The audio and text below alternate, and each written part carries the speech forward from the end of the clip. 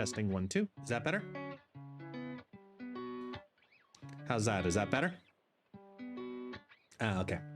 Still had it disabled from the end of the what do you call it, stream, but in the program. So I was like, that's turned on. That's turned on. Location number 3.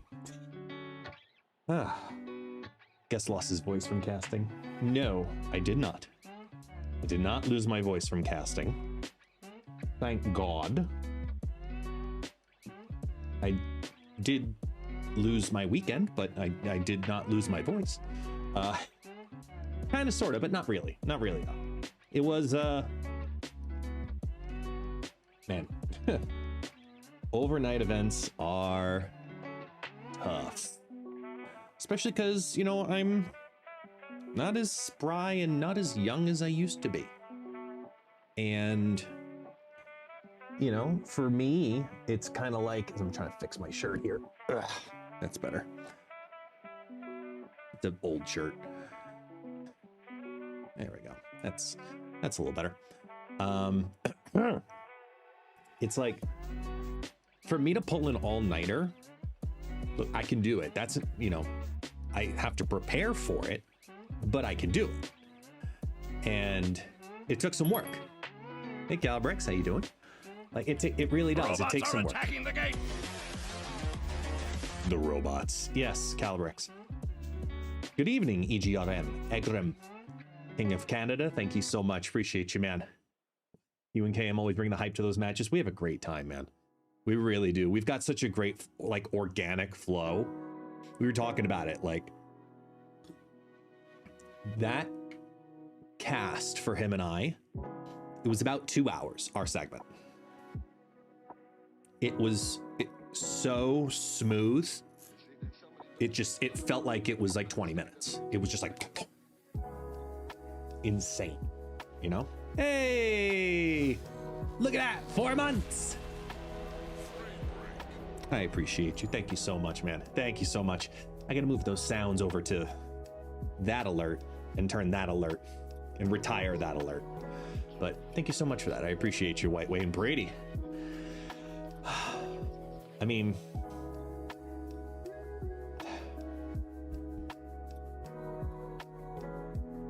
man.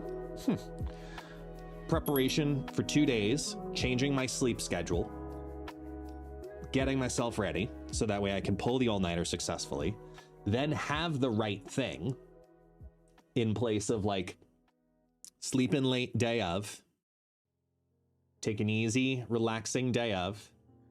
When I'm in the office though, I am there until we're done. So fully set up, ready and set to go, in the zone. Live production starts, sorry, pre-production starts, then live production starts. And then it's just like, go. The best thing I definitely did this time was I set it up that my taskbar hides, so I could never see what time it was. I made sure of that. I could never see what time it was at any given point. And that actually helped me a lot more from a psychological standpoint for it, because I was just like, we're just doing the event and it's overnight. Sure, I got my coffee, I got my drink, I got my water, you know, like I'm keeping awake. We're doing good. And flying through, all of a sudden, it's 5 in the morning. It's my turn to cast. Like, damn, we're fine. We're feeling okay. We're good. And then the original goal, because Sunday was Father's Day here in Brazil, the original goal was to stay up all night and then go to my, you know, have breakfast with the fam, go to my mother-in-law's for like a Father's Day, like lunch with all the family. So the event ends, you know, we did a brief post-event meeting, just all of the administrators and KM, and we all just kind of got together as we do at the end of every GG. We always talk about like the major 911 things that we need to talk about, you know, general feelings, and that's about it. And then from there, I just realized I gotta put this over here because this is throwing me off looking at this other window. There we go. So by the time that was all done, then I fixed up like all the stuff I wanted to fix up to put my computer and my settings back to normal. So I did all that. Set it all up. Once it was all set up though, then I was like, I'm feeling great. I'm awake. I survived all night long. You know, Taxi had a really weird night because like he was on my lap for half of the night, but then on his bed for half of the night. So he was going back and forth. He didn't sleep too well, but by the time I stood up, he was like, oh, we're awake. We're good to go. Let's go do things. So I did. I took him for a walk and it was a nice brisk morning. So it was like that nice, that cold feeling in the morning. Don't tell me my auto filters are off.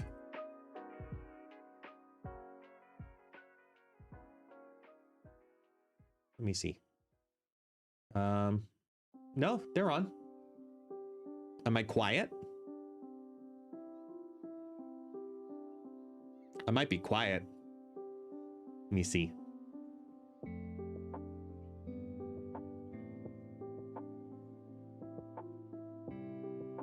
A bit quiet? Okay, so hold on. That would be sound. Let me see. Is my mic volume? No, my mic volume's low. There we go. That seems better. My mic volume was just lowered in the PC. I still don't know why it does that though. I still don't know why it does that. Randomly, my mic volume in my Windows settings drops. I don't know why, but I digress. But yeah, so we went for a walk. It was like 7 a.m. now. 7 a.m.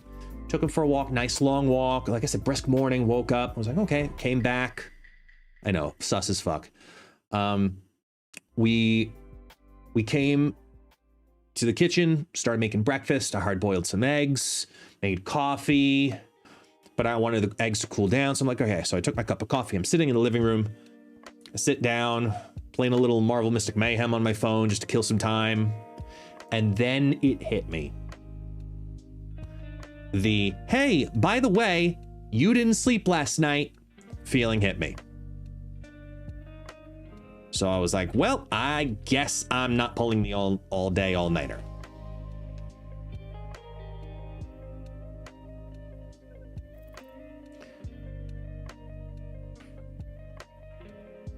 I guess I'm not.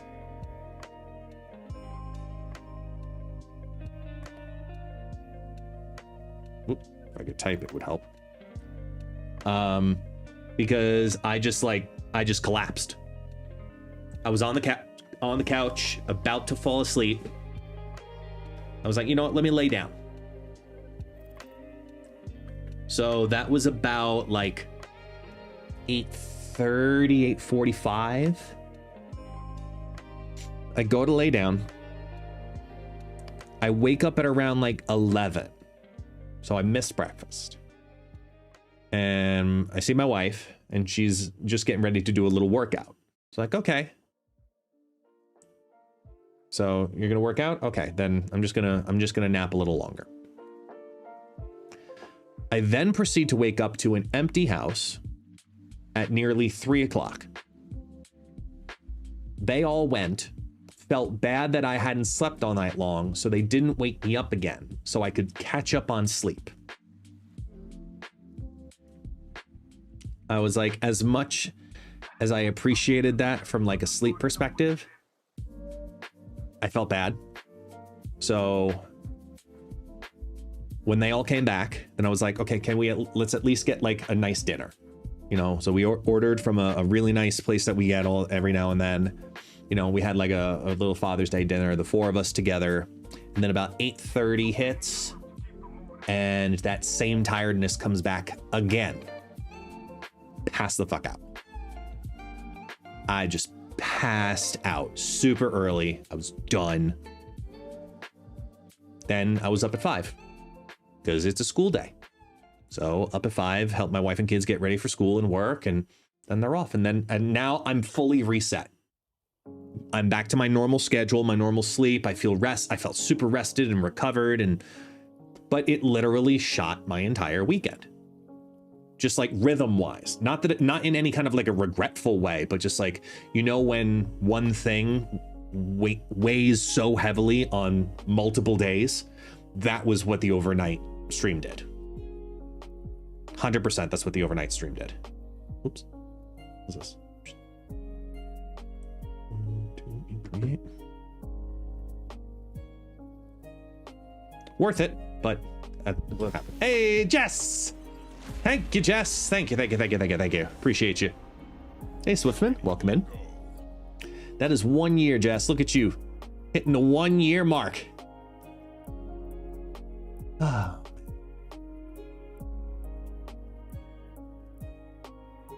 Hey, what the hell?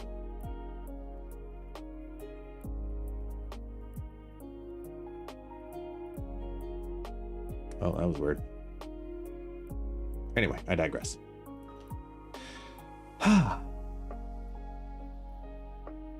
Because I'm trying to leave this up in the background so we can play, but I need to have some... There we go. I gotta have that gameplay up in the background. Okay. Let's open Snap. I gotta catch up. I'm behind on things. I prefer GG to take place early after 5 was weird. Believe me, I know. Believe me, I know. But we made sure that for this event, we were making sure that we accommodate... let me go to the other screen. We accommodate every region of the world over 3 events. So this one was the APAC region, so Asia Pacific. That seemed loud.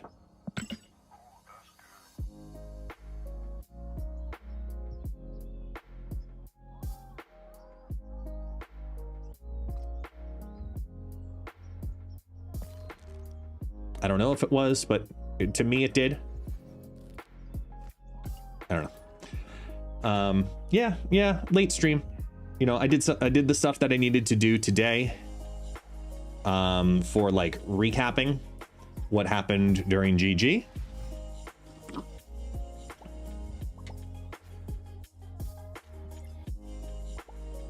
Oh, MTA. Okay. And last night, you know, I felt it. Wait, why is... Oh, hang on. This is not the right size. Hold on. I got to fix this window to be the right size.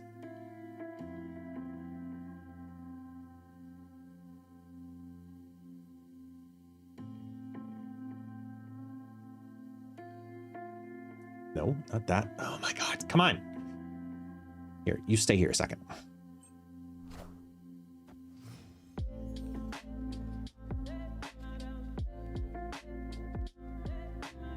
There we go.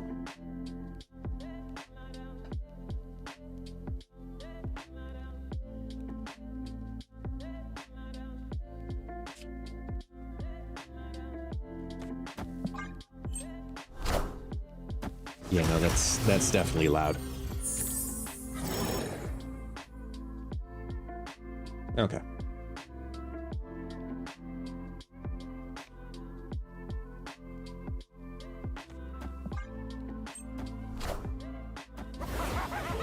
It's not a huge deal, but yesterday I was 3 cubes away from infinite, and then I went all the way down to 94. That was me like a season or 2 ago. I did the exact same thing. It was insane. Fluctuative. I'm doing well, doing very, very well. There were people in all regions that have reached out after prior GGs that their region made it hard to compete. So I love that Gamion and SD planned out all these things so more people would have a chance to participate. Yes. And then a ridiculous amount of them didn't show up.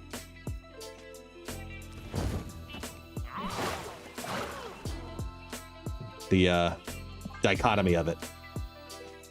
No, we do talk about it. Because there was a dichotomy to it. 100%.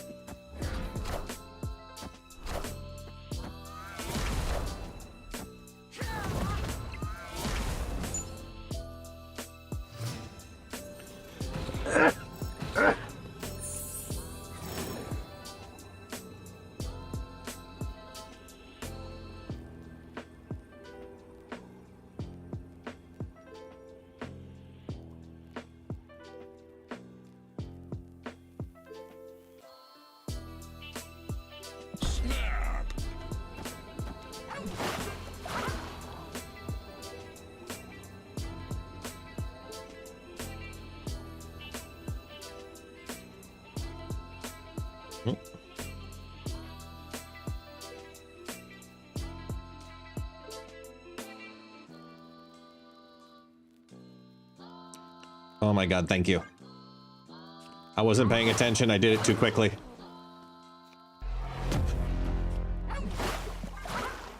Thanks, Bernie.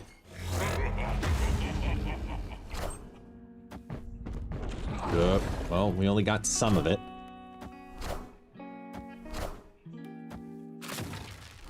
We got enough of it, though. Did we? Wait, did we? Oh, no, shit. The snap lost it for us.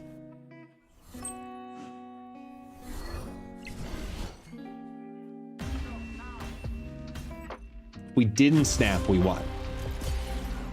I wasn't expecting that many cards to actually drop, I'm not gonna lie. Either way. Yeah, home gaming, how you doing? Been playing that weird big guy Sandman deck. I don't know which one you're referring to. Oh, the 90s wall is absolutely a real thing. But I truly believe the 90s wall exists from 93 to 95. Because once you pass 95, it feels completely different. At least to me, it does.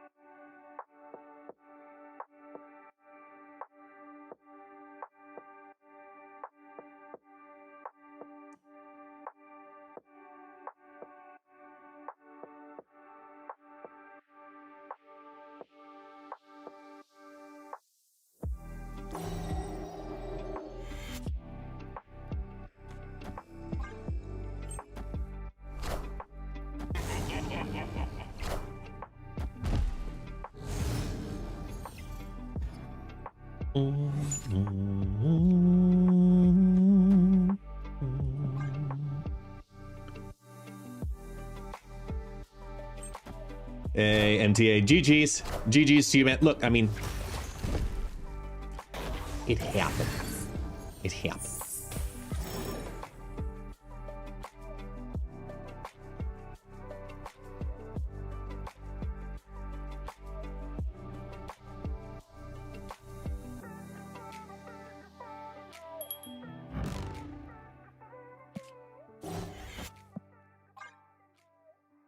Ah, thank you, Father Newman.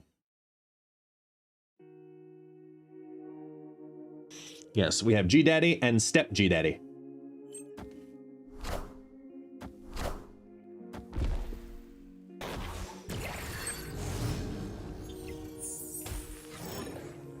Opponent snapped.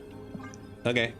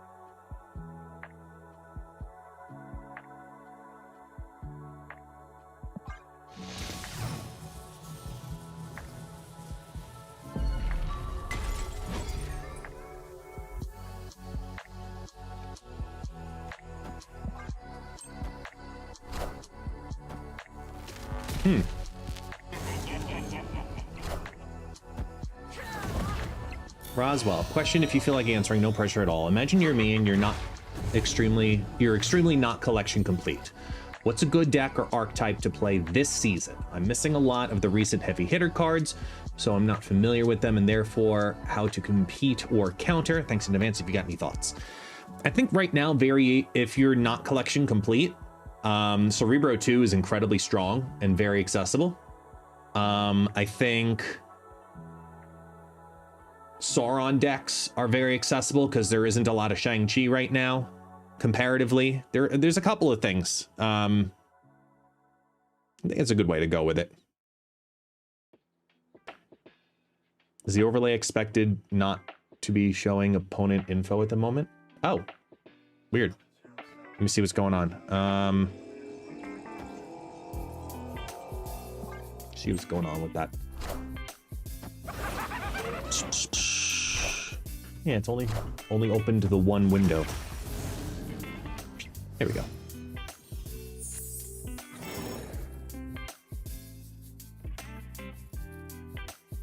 Hey, Bricks to Clicks, how you doing, man? GG's for you. Hope you had a good time this weekend. Question, do y'all rotate your desk when you hit a rut? Your desk moves?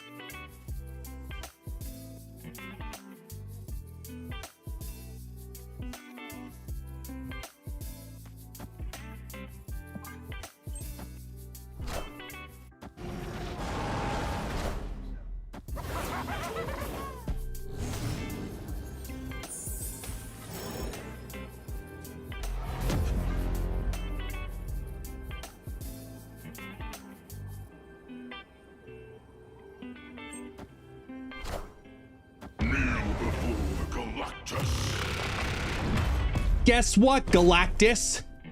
My Galactus is better than your Galactus. What do you think about that? Huh?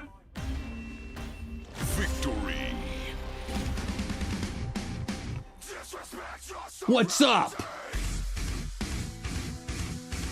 Ah!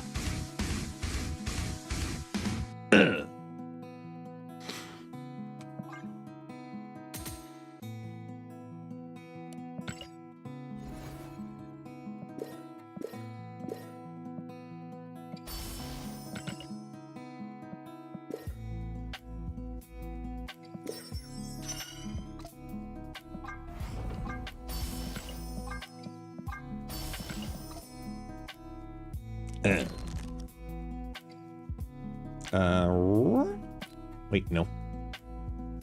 New twist.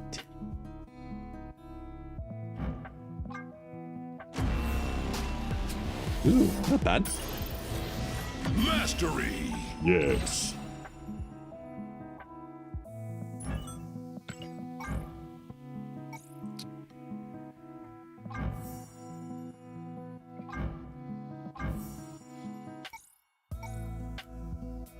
For now, before we have variants or anything, I'm just going to do that.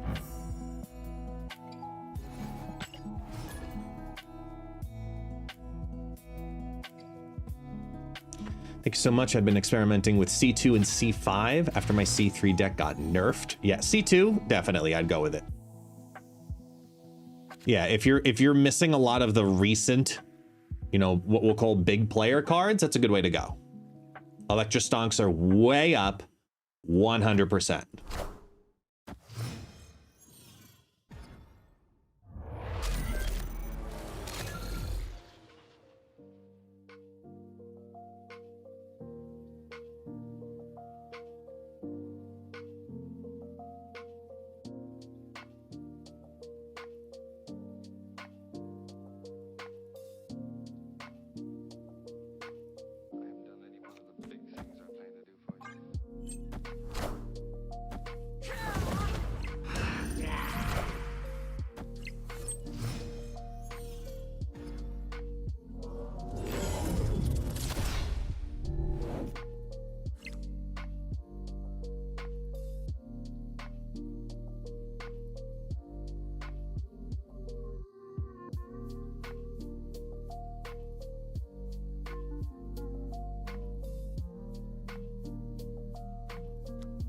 Oh, this could be fun. This could be really fun. This could be really, really, really fun.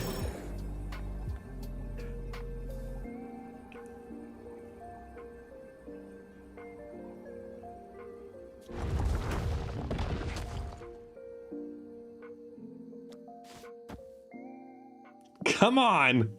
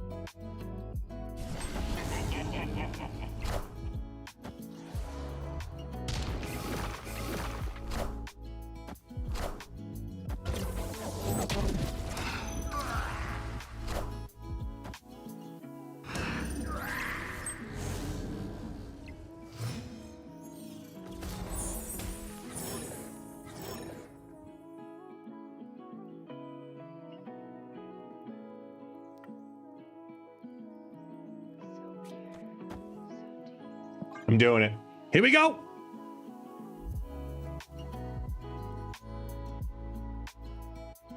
Wait. Hold on. That's gonna flip first, though.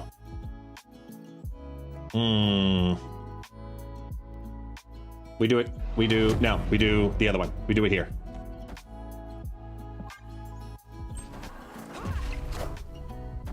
Hua hua!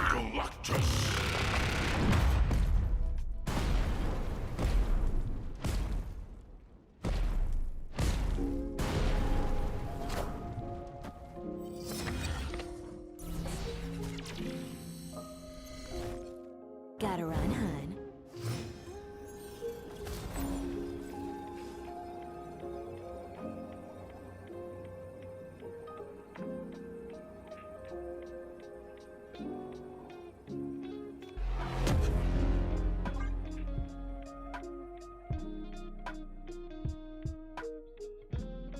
Yes, Valgrax. Not too crazy late.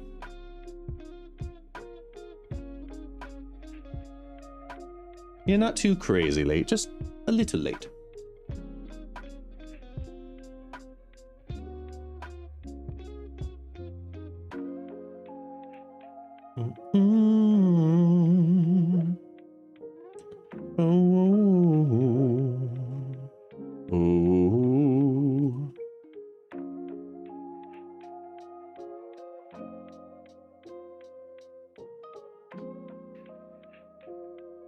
Guest, I'm highly inclined to get the season pass, but Gregor said the new Galactus is bad.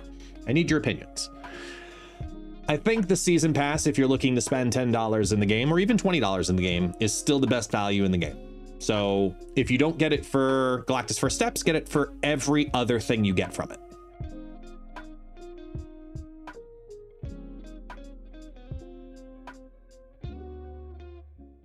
You know they've already they're gonna walk, right?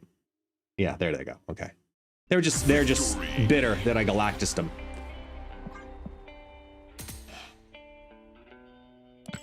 Okay. Oh, wait.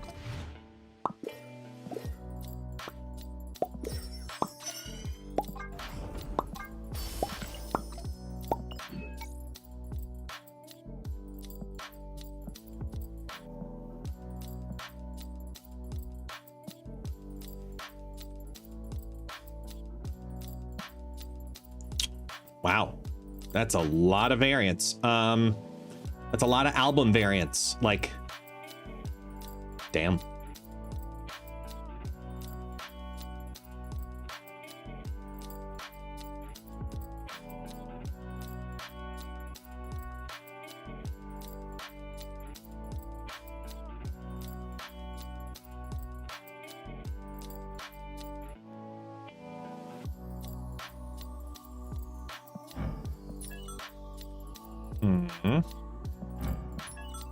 Oh. But this one's close to a Red Wing. I mean, 6,000. 1,000 tokens, though. Jesus. Faro. We got to work towards the Darkhawk. Could do the Black Widow. And again, 6,000. Penny Arcade. There's no reason to rush that one, except... Oh, actually, no. There's only 3 of them in here. See, that's worth it. Those borders are worth it, so I like those borders. Mastery. Jeff. Ooh, Galactic Storm for Jeff. Yes, please. Okay.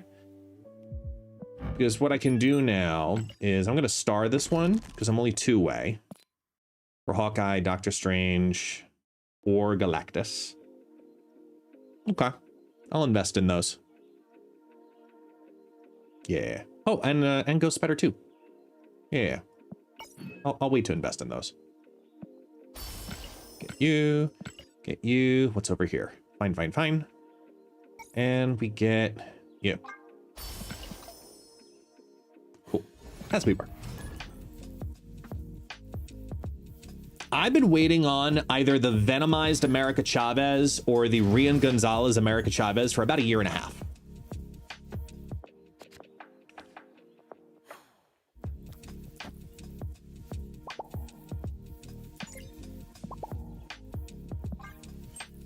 Hey, Adrians. How you doing, man?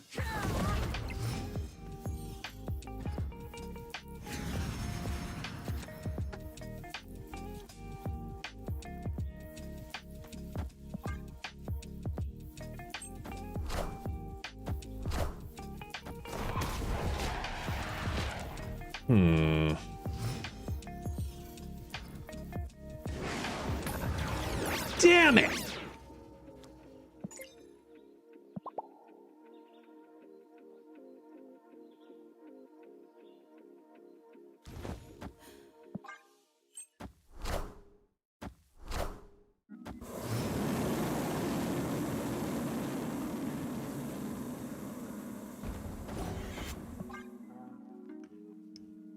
You got the new Pixel Juggernaut? I love that card. They fist bump on the Galactus playthrough. Yep. Cause reasons. It is the Beta Ray Bill. Is Mercury worth getting?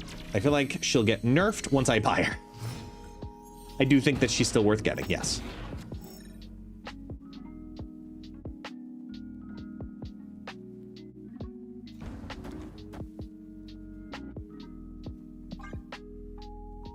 Fire here.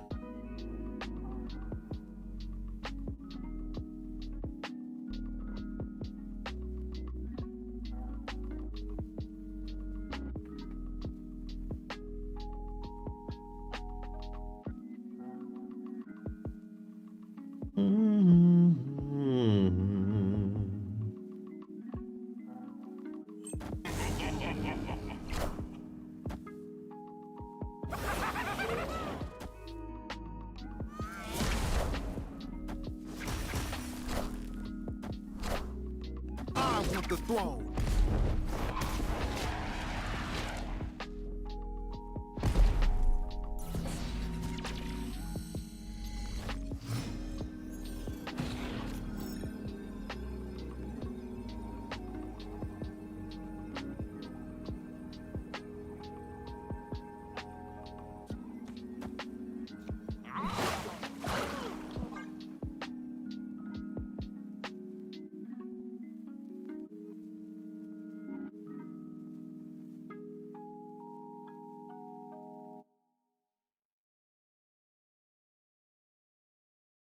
Of course, my regular Galactus is the only card in my deck.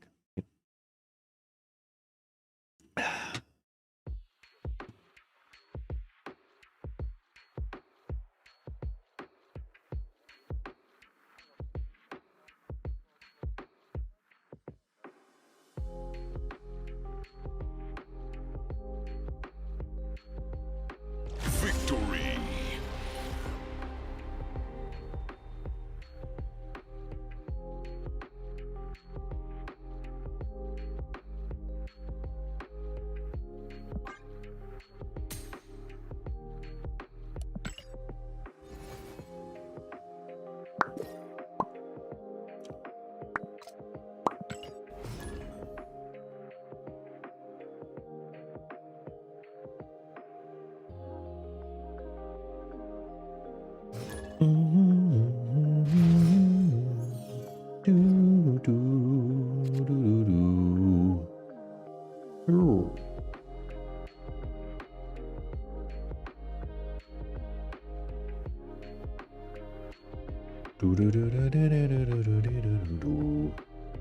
Is anyone aware of Redshift and Terrax not showing up in the single card rotation? I reported it, but I haven't heard back.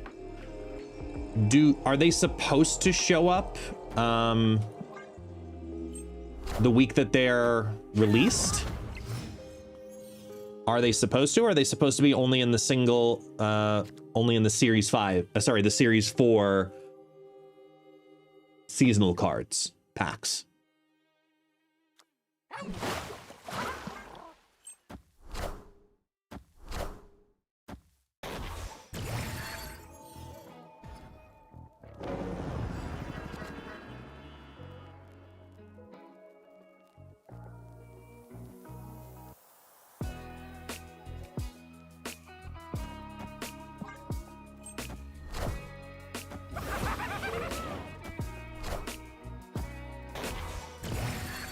Hmm.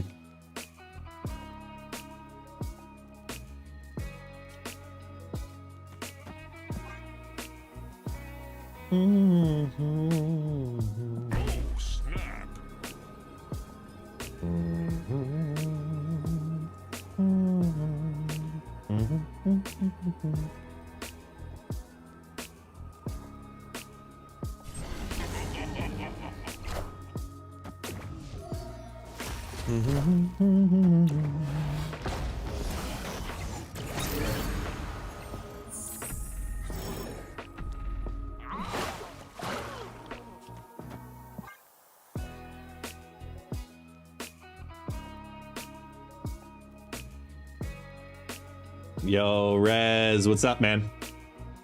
How you doing on the YouTube side of the world?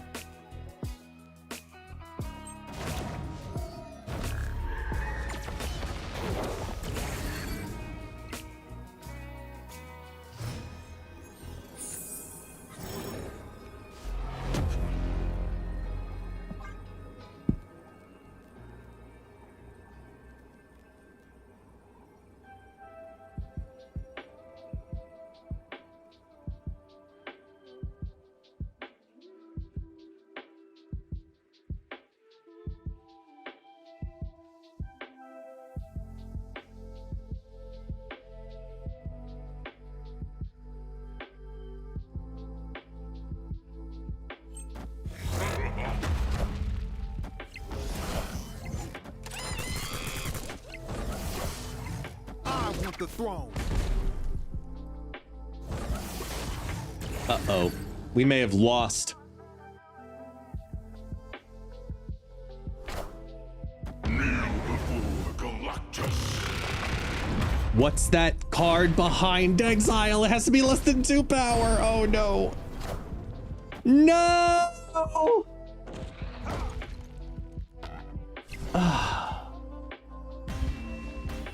Damn! Oh well. Oh, the tragedy. It happens.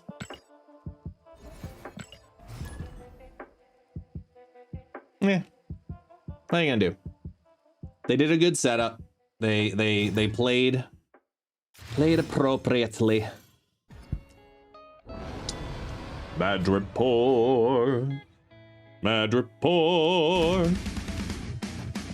Disrespect your surroundings. Yeah.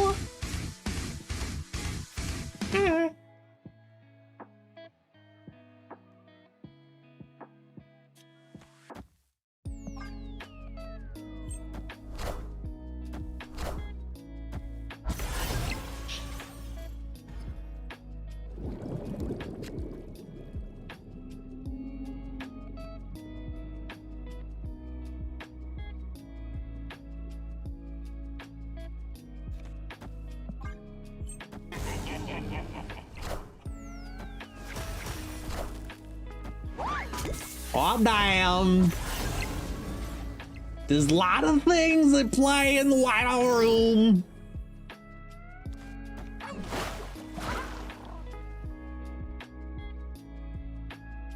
Get out right now. It's the end of you and me.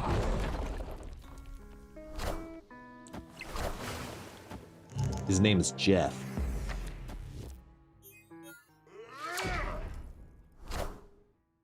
A rogue! How dare you?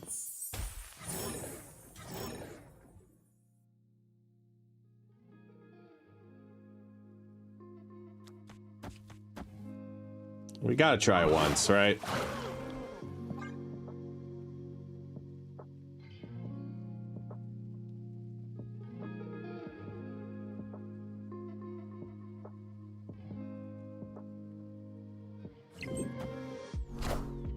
The Shaw, the Stuss, und the Torch, und the Goblin, and the Goblin in the Atlantis go boom! Galactus! Give me my 1 cube. Yay, -2 human torch. Yeah. Just, okay, thanks, bye. Victory. I'll take my cube. Okay. Just because it's fun. Oh, the tragedy.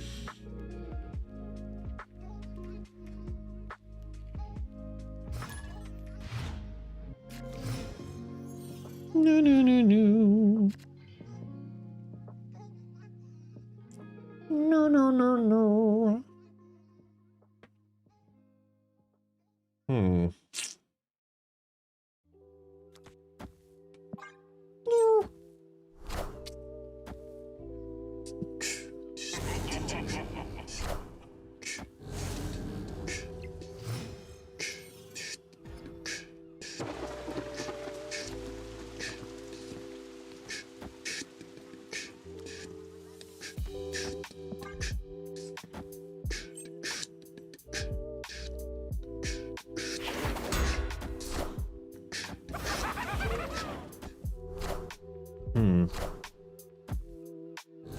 Scream. Ah!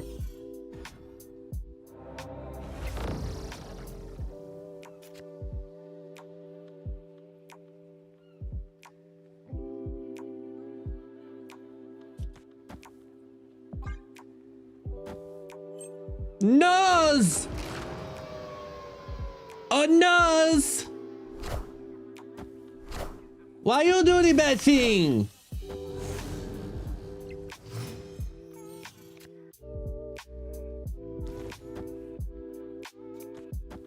Why you do big bad thing? On the lake. It's rude. It's fail.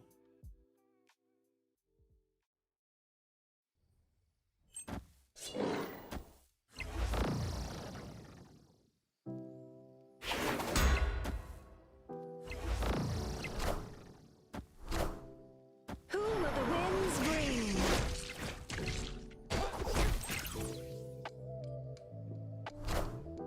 Are ye worthy? Wow.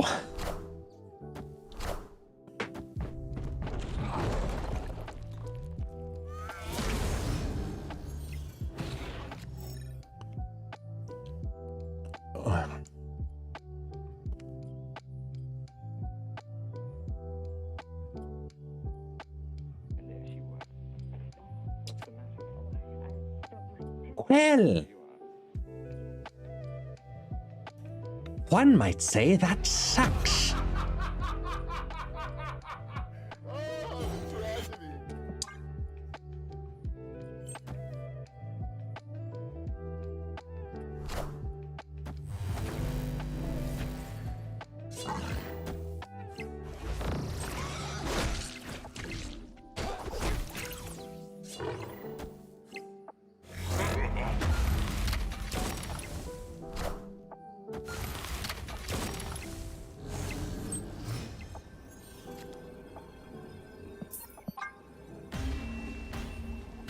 I don't know. Escaped.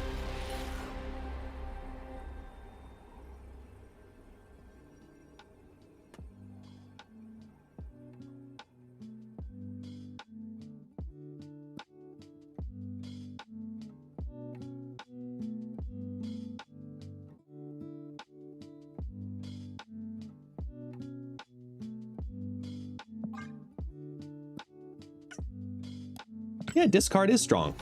100%. I do not contest that fact.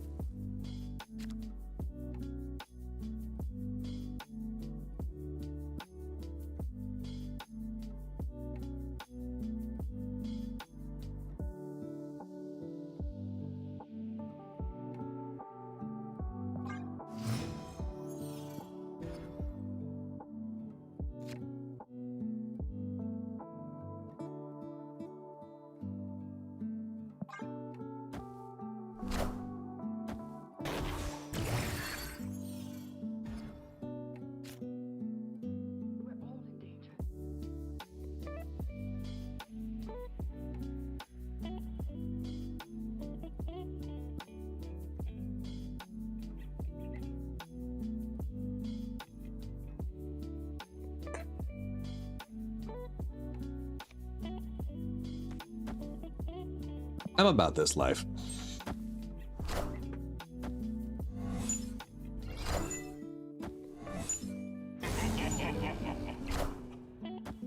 Can someone with Marvel lore explain to me why Galactus needs heralds? Why not just arrive, kill, and move on to their next meal? Takahashi's basically on it because he's constantly looking for planets to consume, but the universe is still a universe, so he has to send out heralds to find them, sometimes weaken them, so he can take over and dominate the planet and consume the planet, if you will.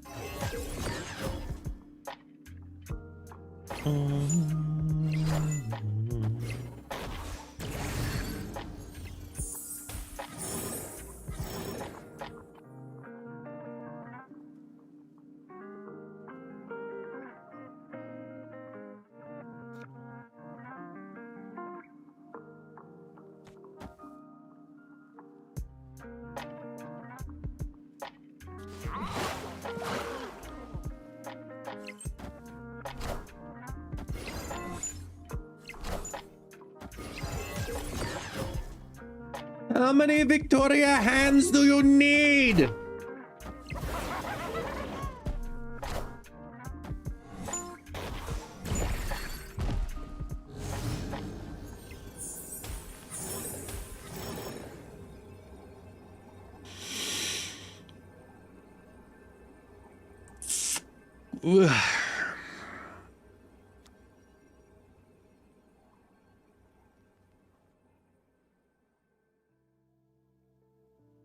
As nice as it is to have a lot of Jeffs, is not enough to win.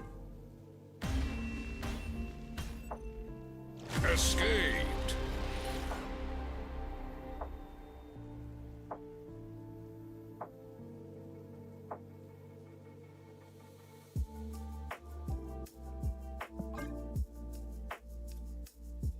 Oh yeah, no, 100% Dwatch, yeah. They don't gotta do a damn thing. And just boom.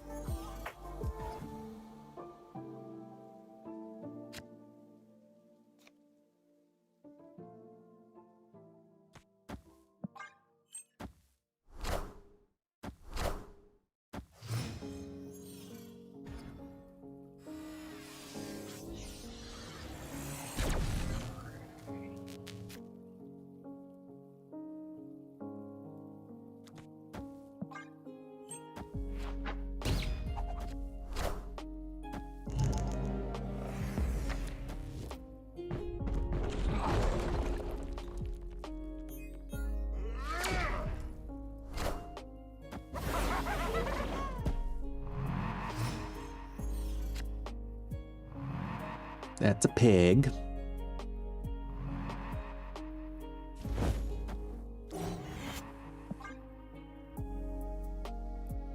So it's just a base 3/4.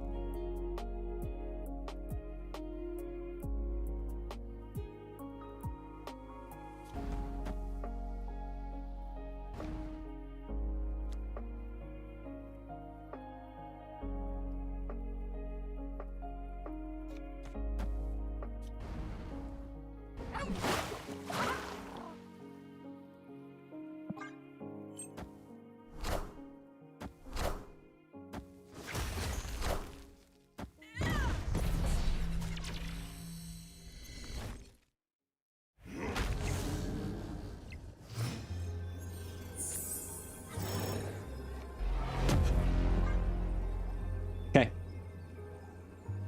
No, because that makes it look like I'm really, really gonna Galactus that side. So I actually have a chance to win the left. Because the Ice Cube also prevents the thing from destroying anything.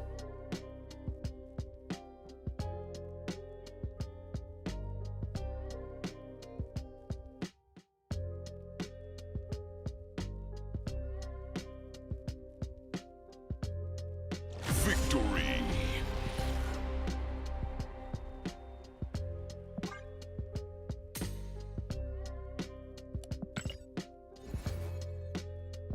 Fun to play a Galactus deck again. Just occasionally, you know, but...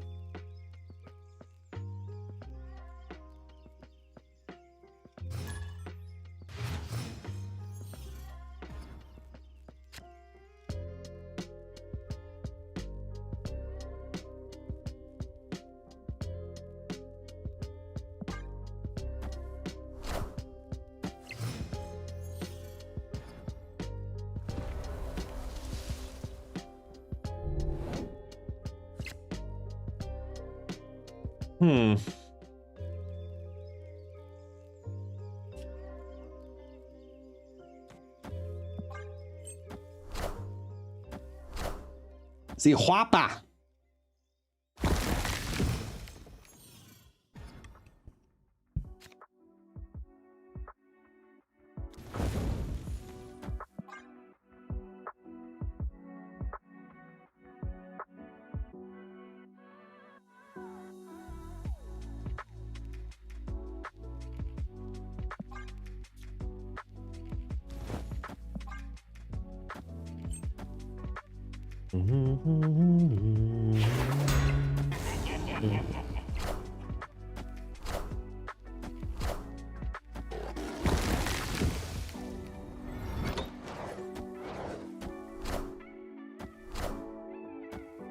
Are you kidding me?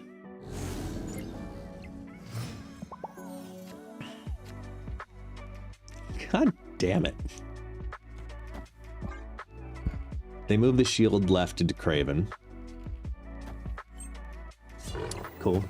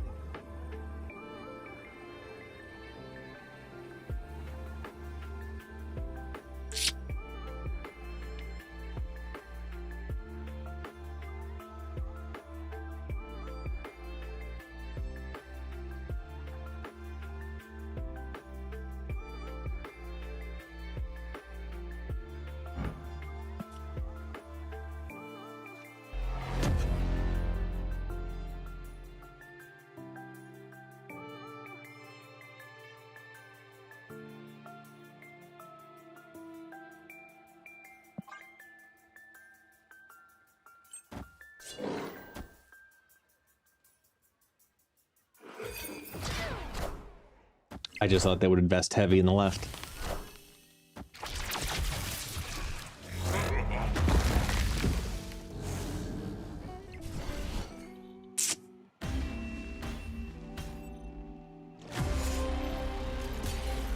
Ooh, yeah.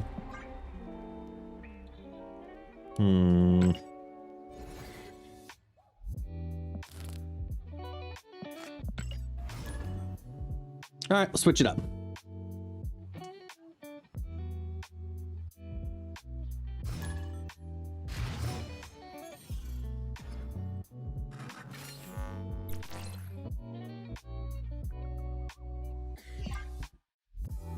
Made this deck this morning, thinking about how many people are going to now be playing Electra because of the Golden Gauntlet.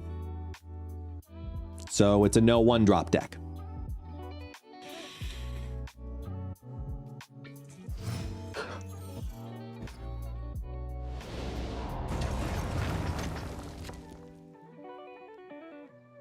Hey, Bude, what's up? Lucas, welcome in.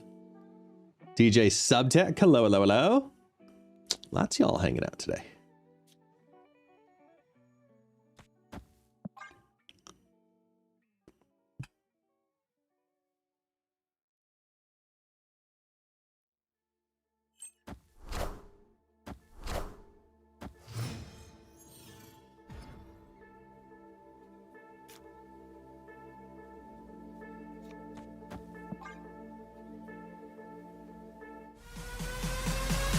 Oh, yo, what's up, King?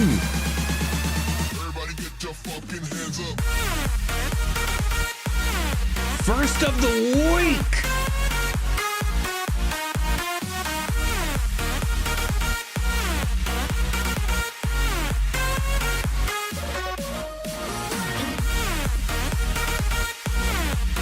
Hey, yo. You know what to do. Go.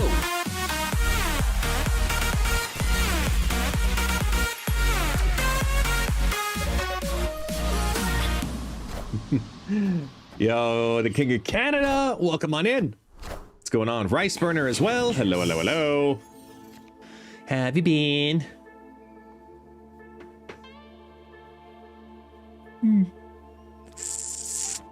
We'll start here.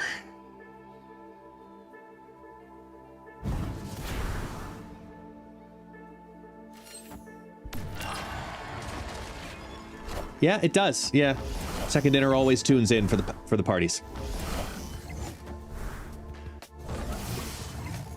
Opponent snapped.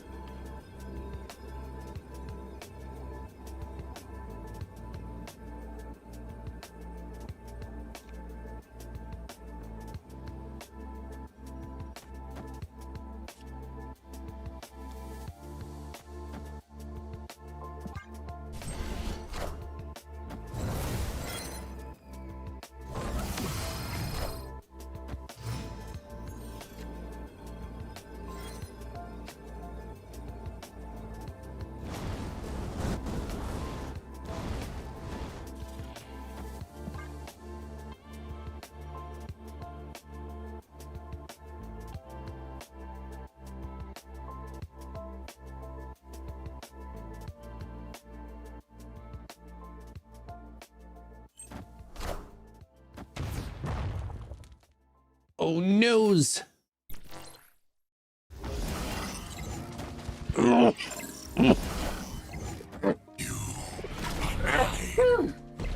Jesus. I was trying to pick up Taxi, and at the same time that I did that, I needed to sneeze. I'm like, what the fuck? Ugh. Victory. Ugh. Thank you. Totally fine. You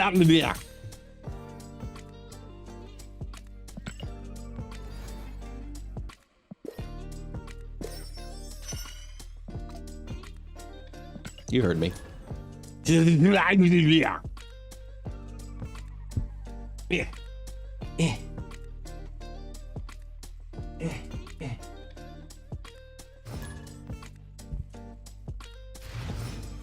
It's a technical term. It's a little bit of like a Tasmanian devil, you know. You know, that level of things.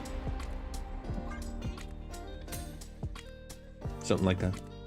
Hey, Daedalus. Yeah, I'm not normally on Mondays, but we didn't stream a lot last week. I had a couple of extra hours here. My meeting that I was gonna potentially have tonight is now Wednesday night, so I was like, you know what? I got a window.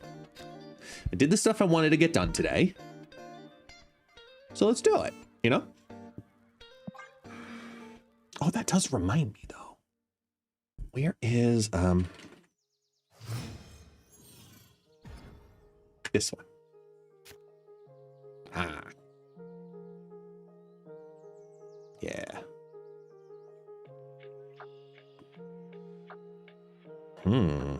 Well. Starting there. Viewed, this might not be answered, and I get it, but do the devs comment about decks that win the Golden Gauntlet, i.e. the Moonstone and Mercury conversation?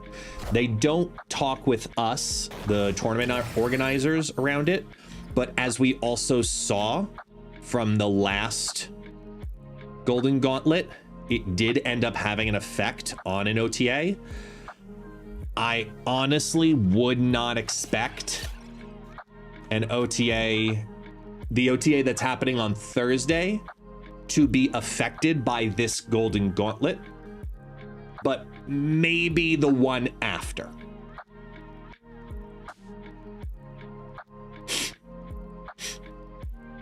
It would be too soon to do it.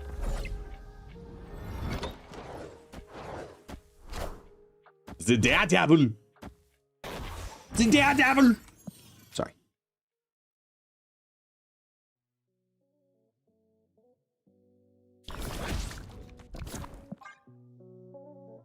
His name is Jeff. I got the moving cards doing lots of things. Move it all around you. Diggy ding. Iron Lad hits Rolk.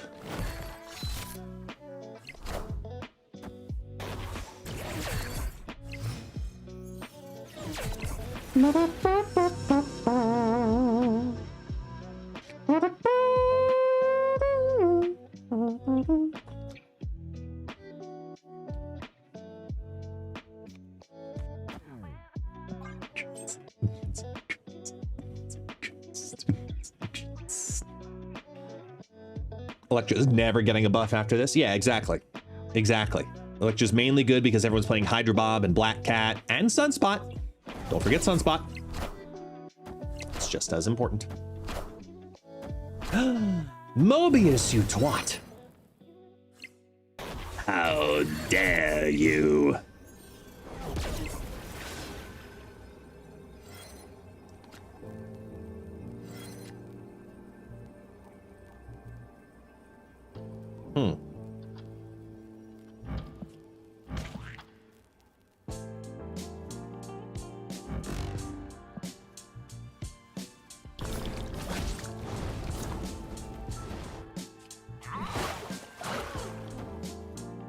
Okay.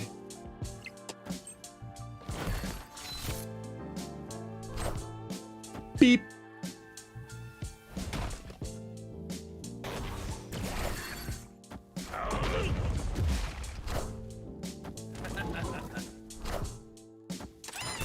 Be nice. Okay.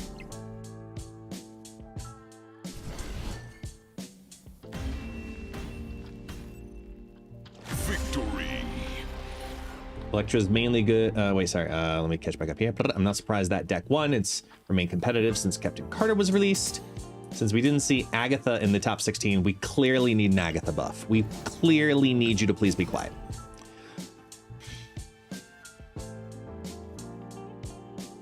Yeah, it's the Cannonball Mercury interaction that would probably get adjusted. But look, I'm gonna make a call and prediction right now. Clip it if you want. I would predict that Mercury Cannonball has been on their radar for a while now. And if it gets adjusted this weekend, like this week, it is not due to the Golden Gauntlet.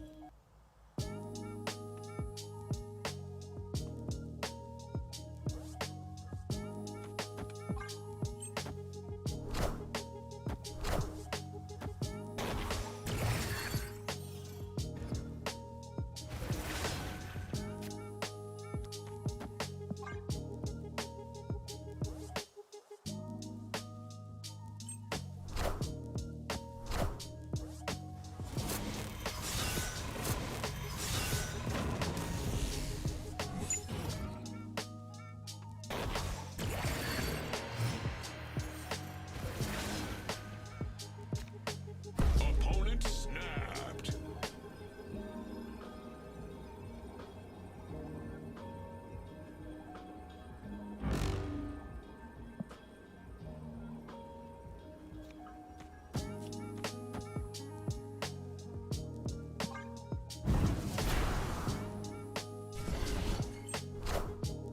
Minions to me.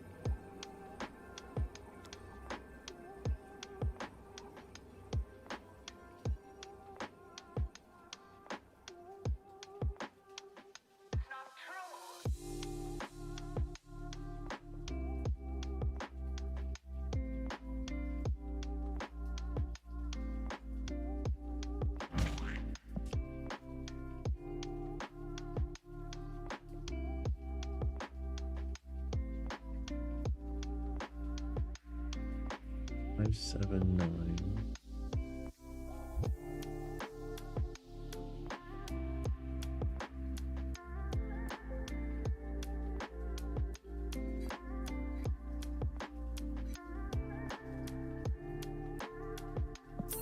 Yeah, I don't see it either. They have one card in their hand. That's it, but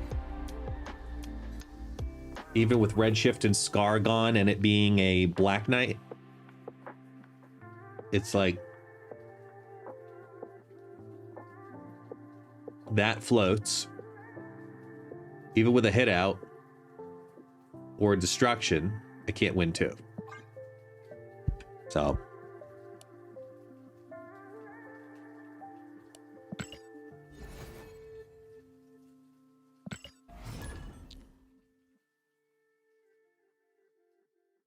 yeah.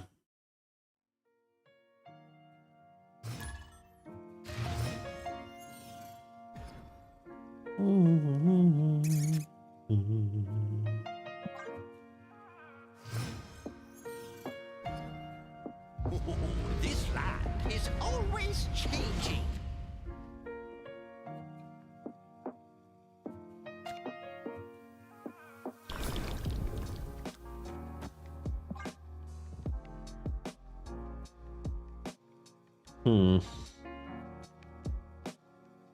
Wonder what they pulled.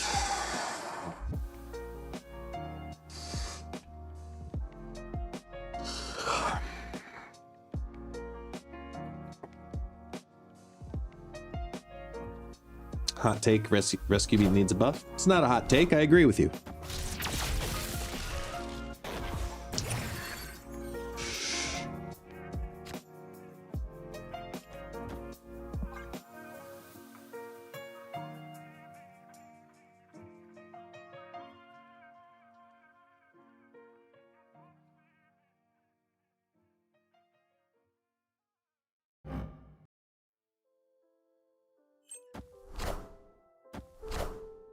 I want the throne. Oh. Well, now.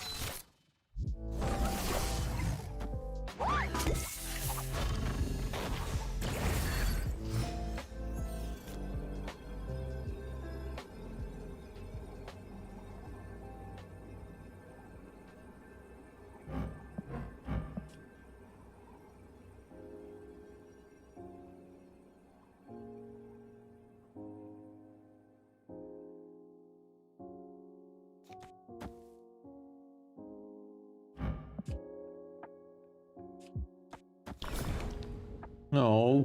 Victory. Come on.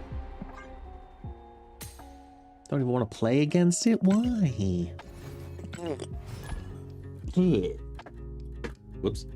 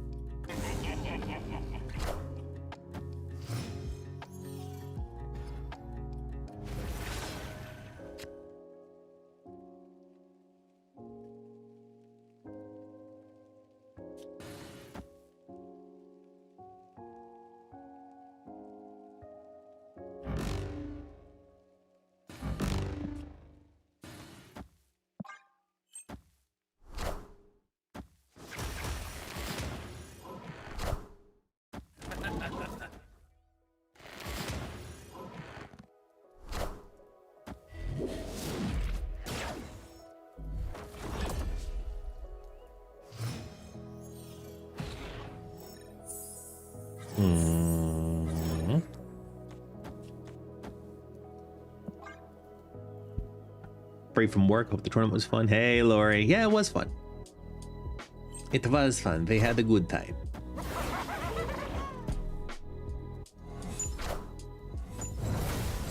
They're playing Galactus also.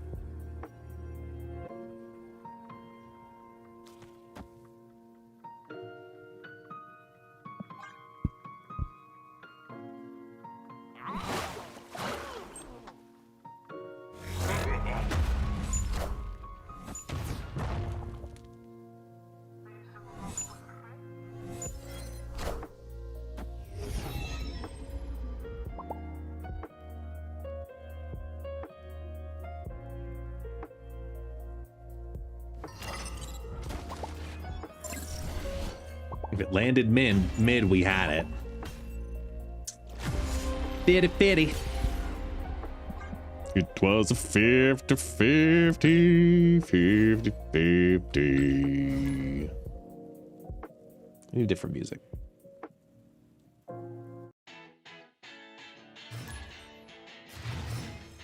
Hey, there he is. GG's. I think we're running almost the same. Well, I was running earlier, like right before this.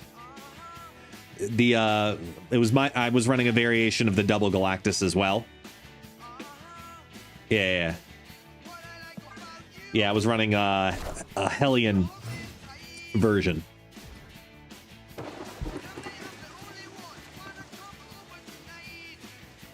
Mm.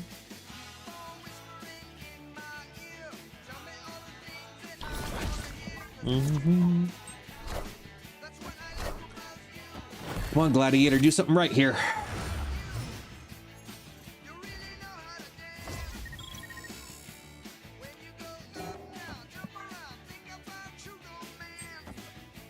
Mm. I'll take it.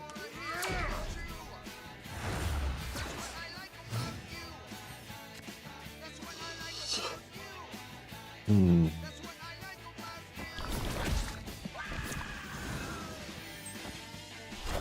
Stay under.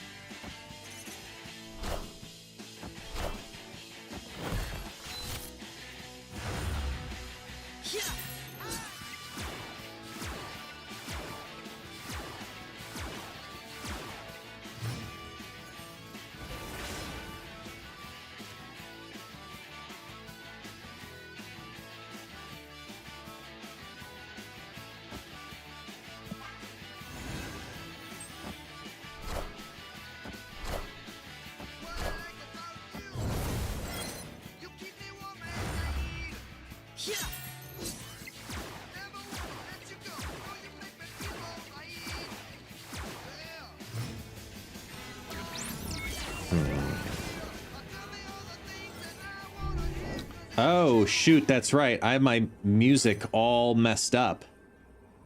Thank you for that reminder, Joe. My output for music is this, because this music should be here.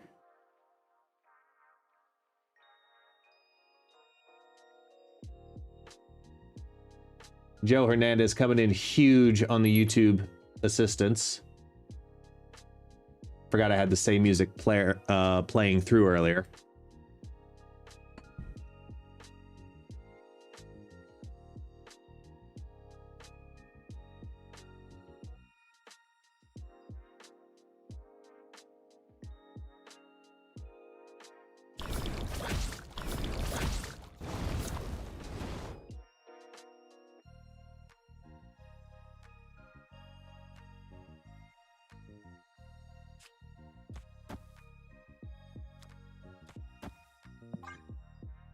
Hey, Dougie! Doug Pie with the Raid 39ers! What's going on? Hello, hello, hello! Thank you so much for the raid. Welcome in, everybody. Hello! Salute. Welcome in. Yes, it is me. It's Guest Gaming. Hi! Welcome in, everyone. Thank you so much for the raid. Appreciate you. No, it was just with an accent, Doug. It's just Mr. Gauntlet. That's all. Mr. Gauntlet. The guy with the gauntlet. You know, that's all. You're fine. Mr. Gauntlet. Zir, I want pasta. Is that possible? I am not about to serve a casserole here, but possibly. Valgrax, please no. Please no. Valgrax, fuck you. God damn it. Valgrax, all of the reasons you suck. You suck. You suck. You suck.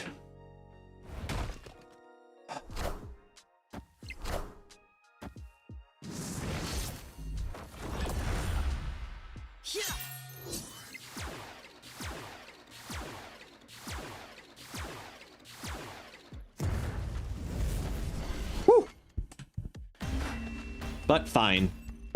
He has redeemed Mickey time. No, they didn't forget to activate. I destroyed it.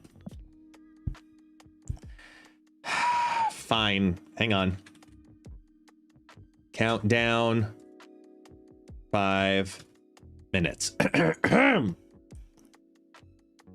Way to scare all the new people, because now for the next 5 minutes, I am stuck in talking like Mickey Mouse because Valgrax is a twat. Can you spell twat?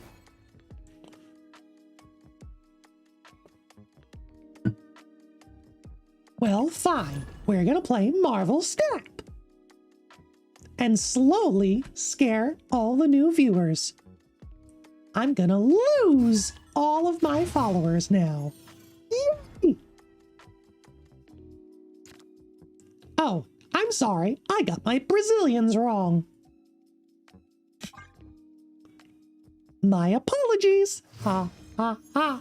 Whatever.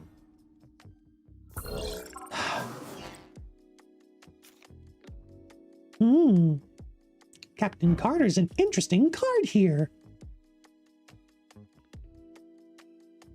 6 cards in hand thanks to you, so I don't feel bad doing this. Boom.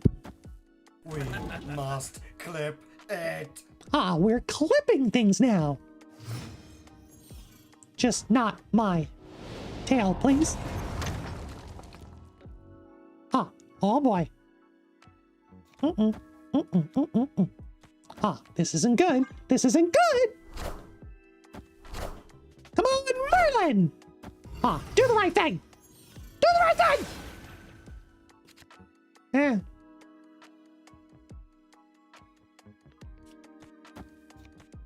All right, wish me luck.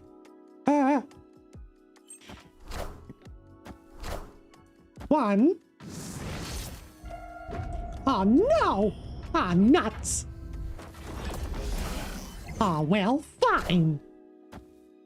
Oh, it's a broodling! I wonder if they're gonna play Surfer.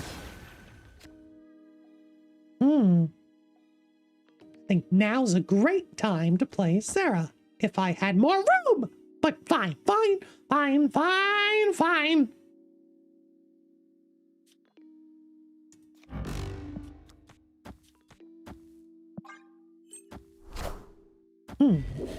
Let's get rid of the Sentinel because fuck you.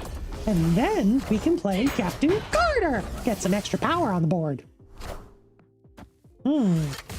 I never saw that coming. I wonder what to play. All right, we have options. Silver Surfer plus Sebastian Shaw gives us 10 power.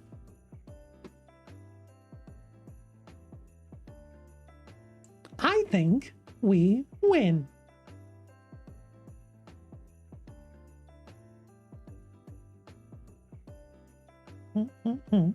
Four. 1, 2, 3, 4. 8, 7, 11, 12, 13, 14. Ah! We win! Snap! Oh, snap. Yeah, damn right! 1, 2, 3!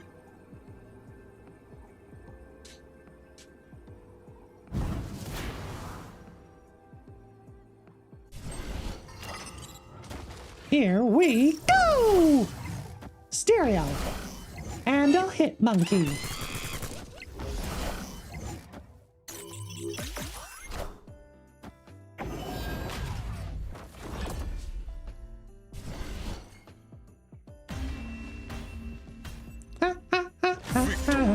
Hot dog!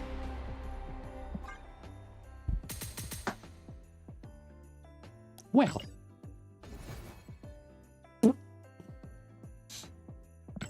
That's all they had, apparently. They went for the 50-50 trying to hit the Odin in their hand. But even if they hit Odin, I think they lost.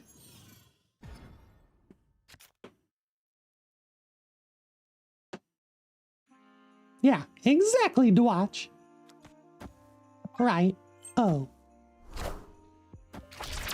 It's a surge!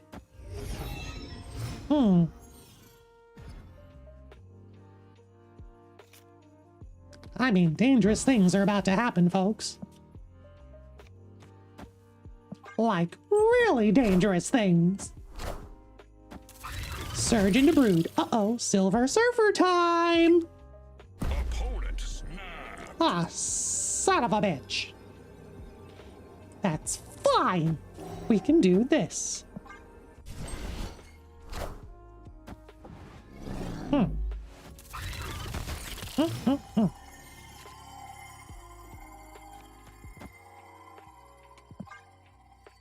right. Timer ran out. Yay, good.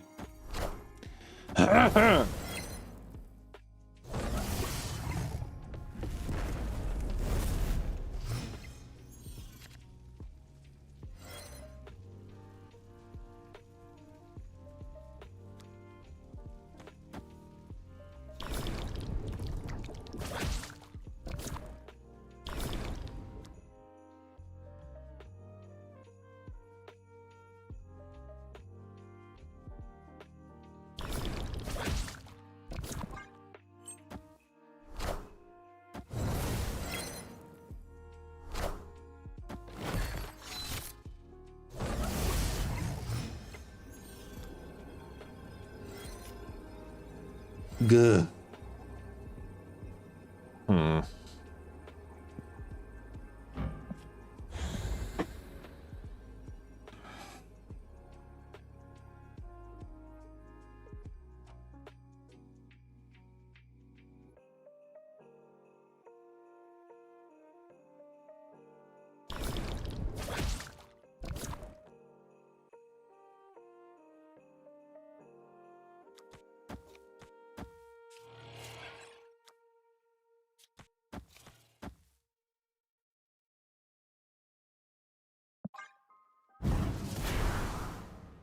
All right, let's go.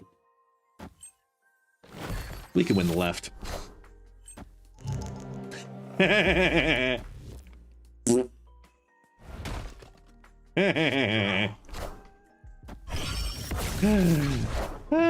funny.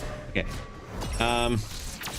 We lose the mid, but that's fine. I think we actually take over the right. And the left, because that's 6, 8, and 4. Yeah, we're good.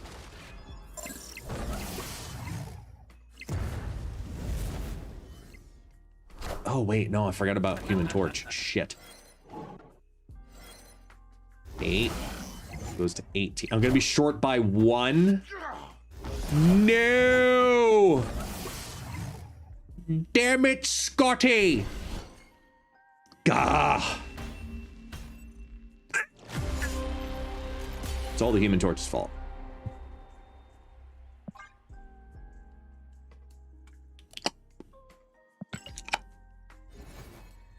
Shit.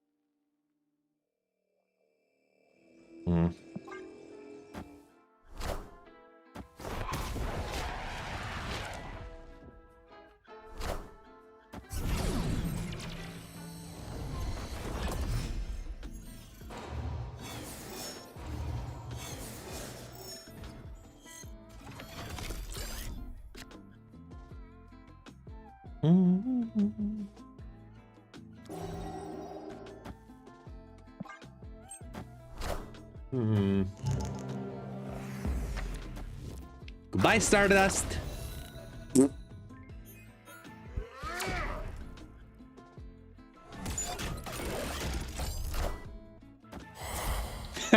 That's funny.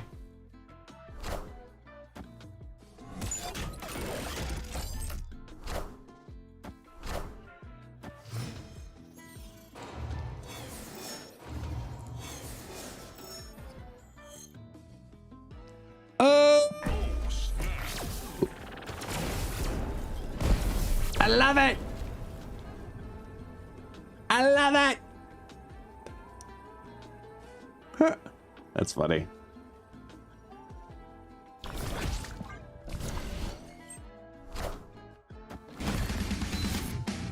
Disrespect your surroundings.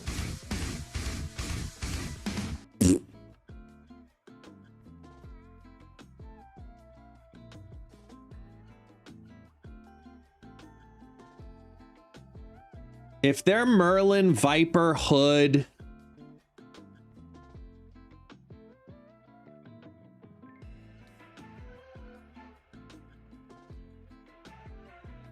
just debating which path to take here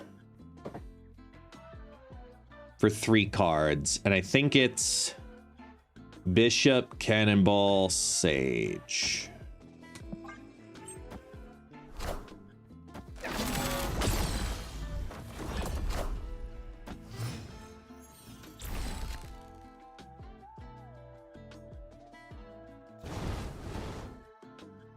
Because Misery comes down. So let's at least get rid of the demon. Because they have all the extra energy.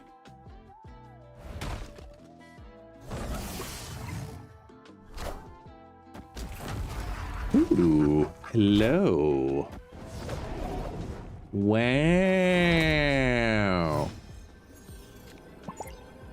Well done. Escaped. Annie was not okay.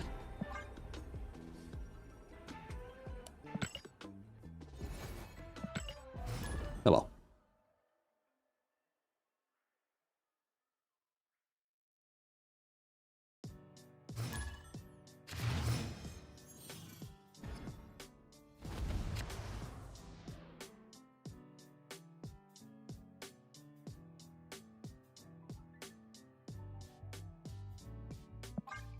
Hmm.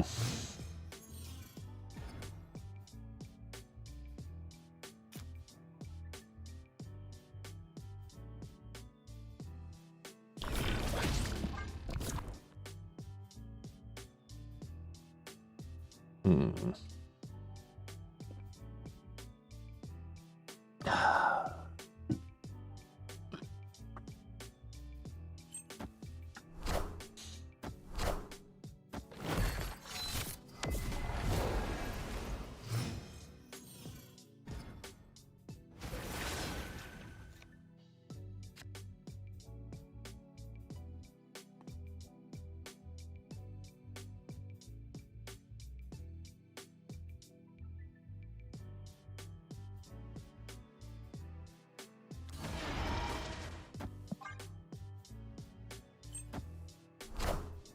Yep.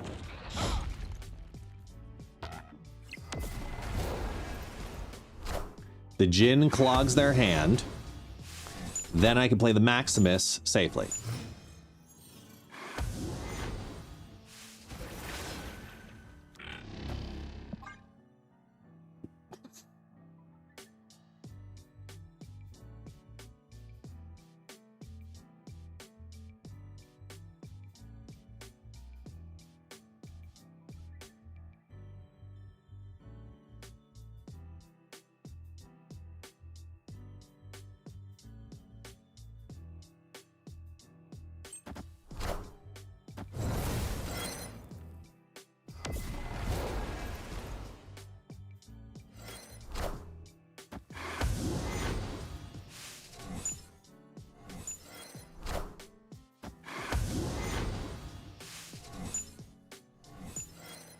Mm-hmm. And a Mobius too? Wow. You're a different level of special.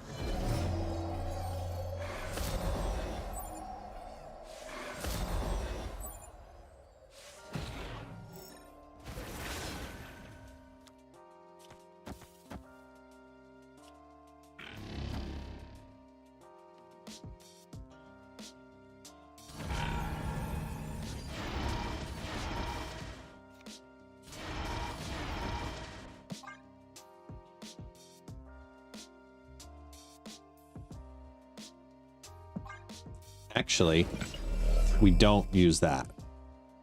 We send this over. Fire this shit off now. So they can't use it against me.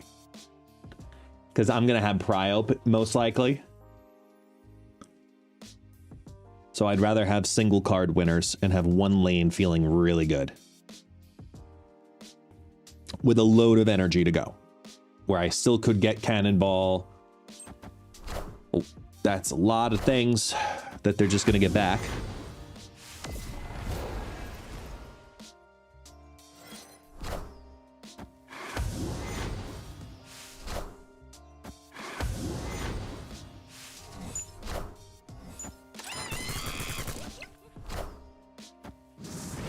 Polymorph from Baku. I get a poly that they get back. Squatch, squatch. Stereo 1. Stereo 2. Stereo 3. Mr. Fantastic. Killmonger. A lot of stuff. They now have, to their advantage, Sage, Polymorph, Invisible Woman, potentially? This is their strongest?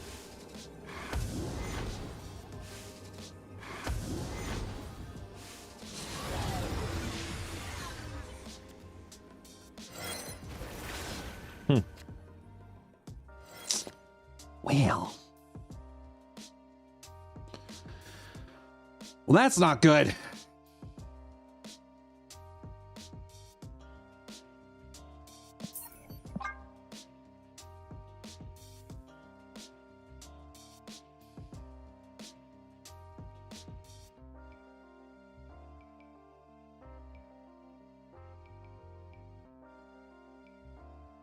Because you know they're scared of the cannonball.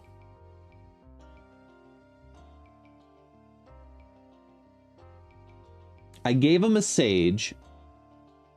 Cannonball would technically have destroyed the Sasquatch, which means they needed to compete in the Mindscape. Mindscape would be a 1, 2, 3, 4, 5, 6. So there'd be a 312 Sage.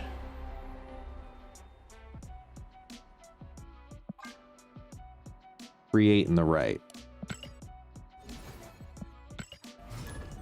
All right.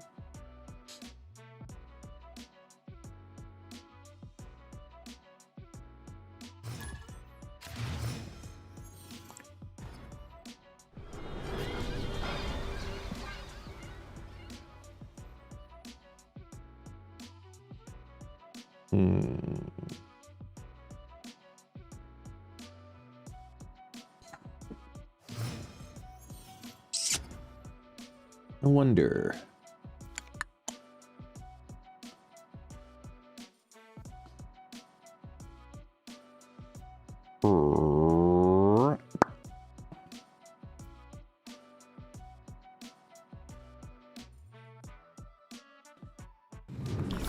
Let's start here. It's the Herald! The Herald!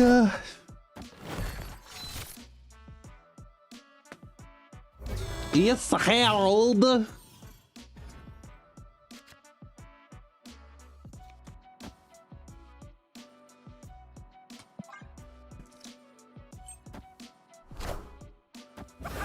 Goblin!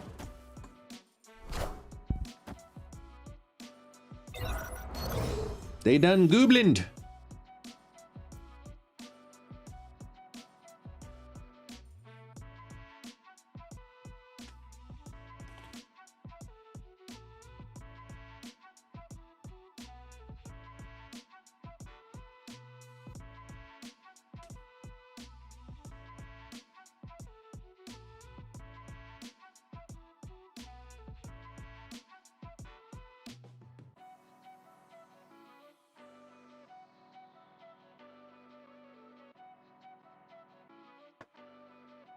Trying to set up for the Hobgoblin mid.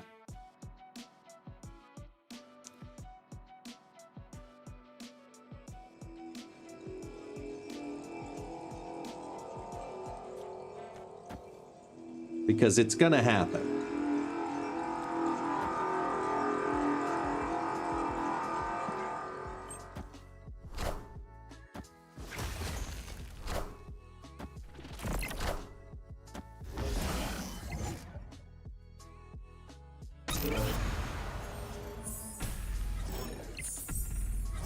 Opponent snapped.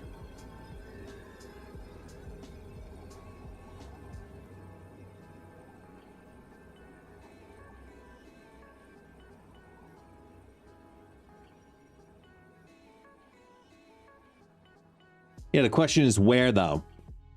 Like, where do they G-man?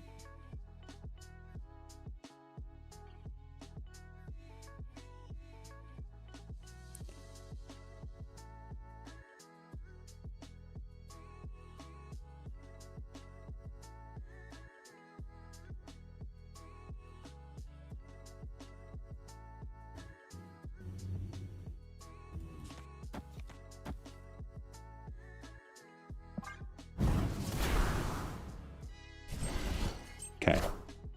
Kneel before the Galactus. Snap.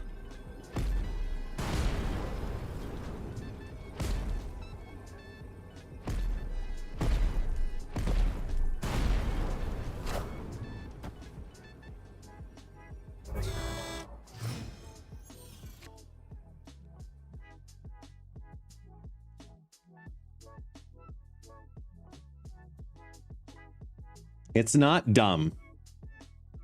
They technically won.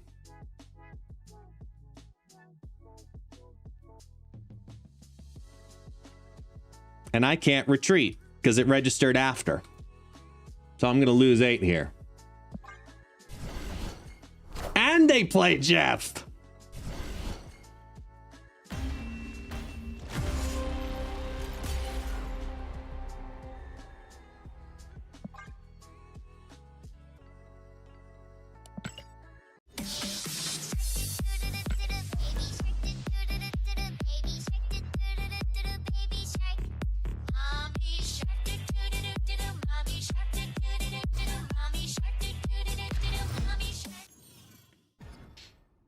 You know what the fun fact though is? Played Marvel Rivals today for the first time in a while.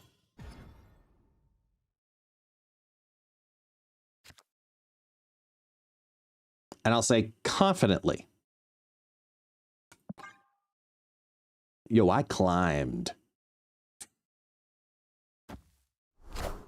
Climbed.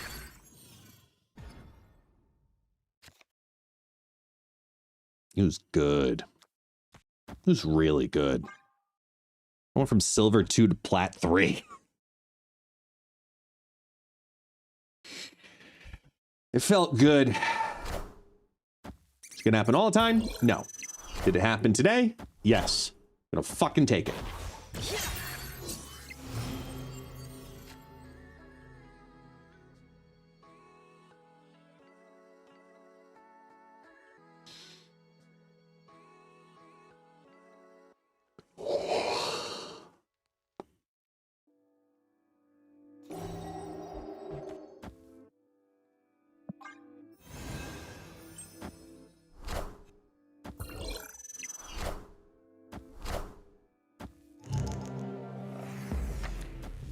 Big hit.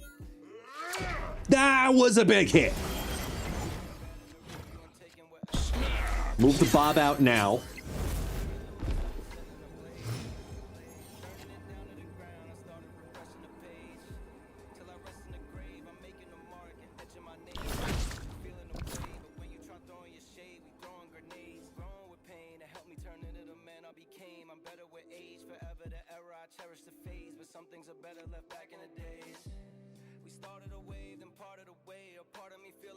Ooh.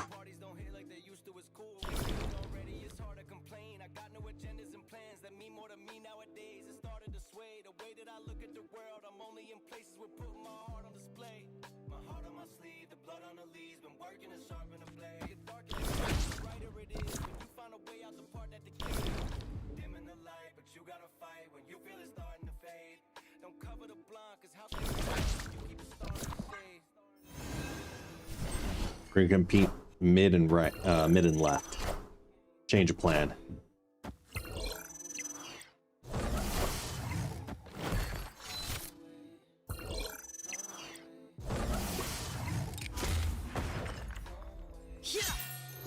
Flame on!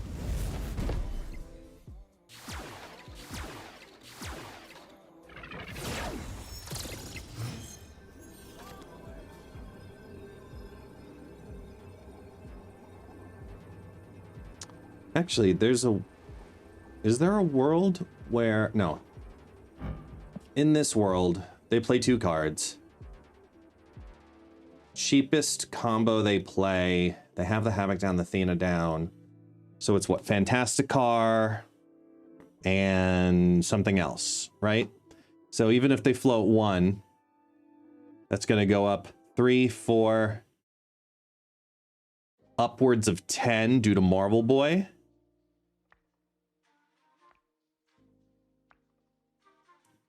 Potentially 12.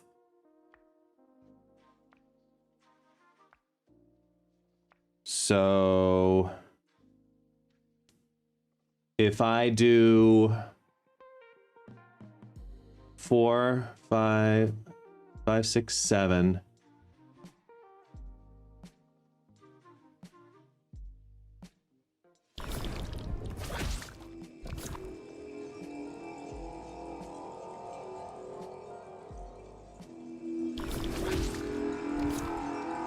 It has to be this.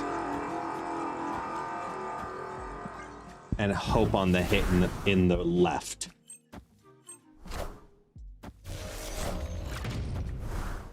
Damn. Because I wasn't going to get over, even, I only had Cannonball.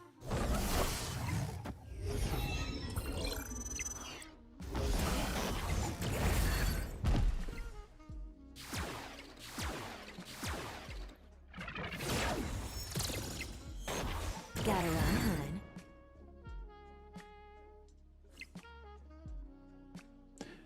Wait, they also had a Black Cat and didn't play it. And they only dropped Prodigy. Black Cat's a 1/5 and they had 5 energy. They floated 2. Oh, just to bring up the Sunspot. But no, it would have been more valuable to play 2 cards and get the Athena up higher. I don't know why they didn't play Black Cat. Oh, wait, never mind. I'm an idiot. I got it. I got it. We got there. I got it.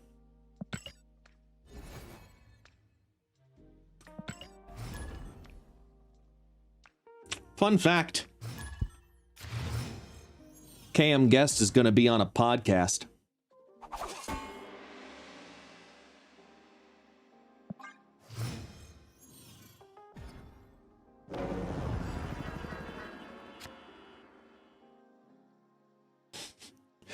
Yeah, we're going to start doing it at the end of GG's. He's going to come on to the Snapcast each time.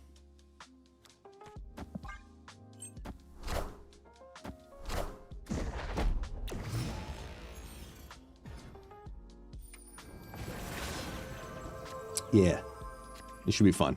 I'm excited. Oh, hello.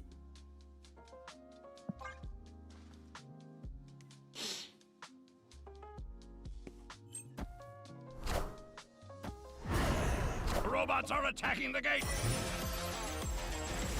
Yes, it is.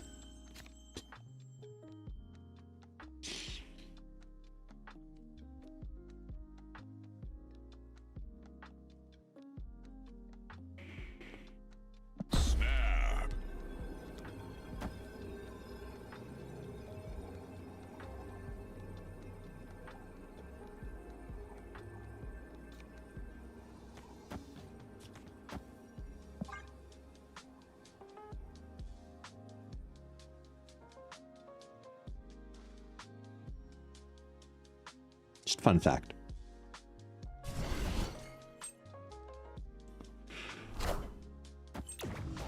I am the Sorcerer Supreme.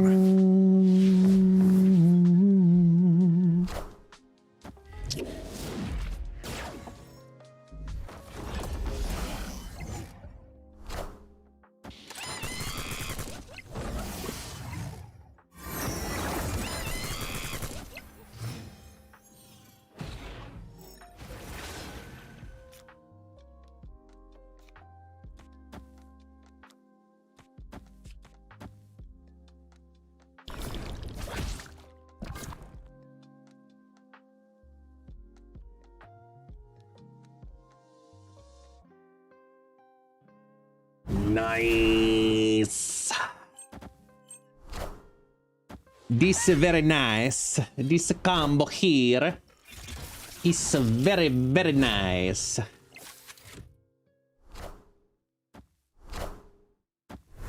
It's a 1, it's a 2, it's a 3. It's a goodbye, disappear. Give it the energy. You go away. You turn into the Nocturne. It's French, the Nocturne. Mysterio, go away. Give +2. Here's the Mercury. More French. And now, the moment you've all been waiting for.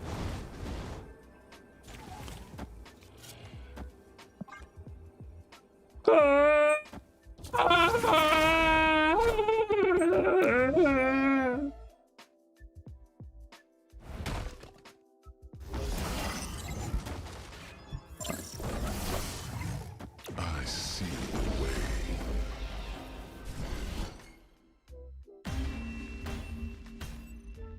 Victory. It wasn't how I was supposed to win, but you know what? I'll take the win. Thanks, bot. Mercury prevented the Heimdall shuffle of the extra point of power, which either way would have given the win, but like almost gave the loss.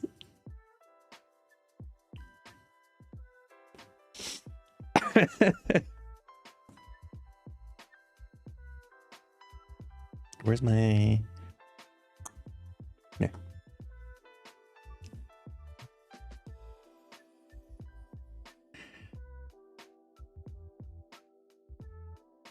Yo, Taxi is fast asleep over there. He is not on my lap right now. And that's awesome.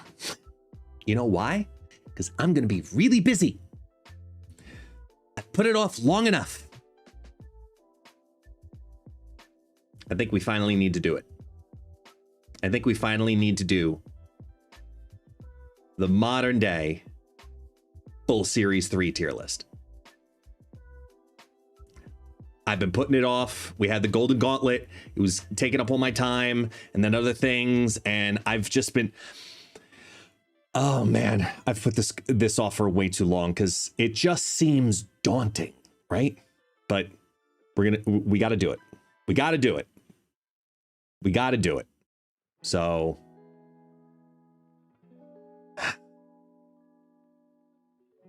here goes 3 hours. No. I will not let it take 3 hours for a couple of reasons. Okay. We'll start. That's zoomed enough, right? Yeah, sure. For now. A little bit of both. All right. Here's the reason being. Okay. Like I said, I've been thinking about this for a while because I'm not 100% sure how to do this quickly. Because that is a lot of cards in Series 3 to collect. So...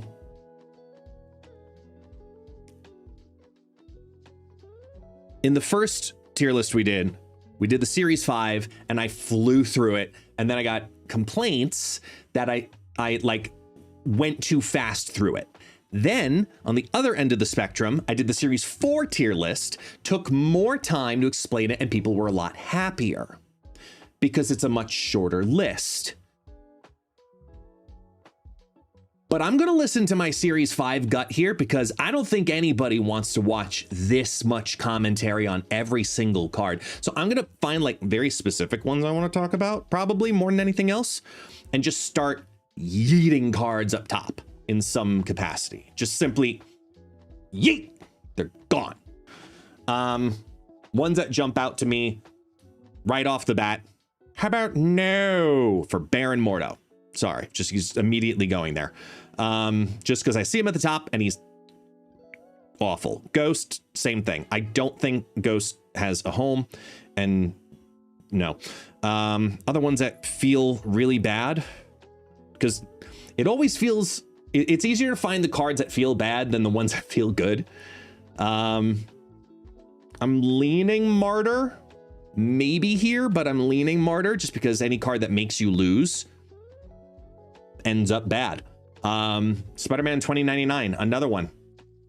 It just never does its thing. It's still an incredibly bad card. Snowguard has like one use and that's it, and then it still gets teched out.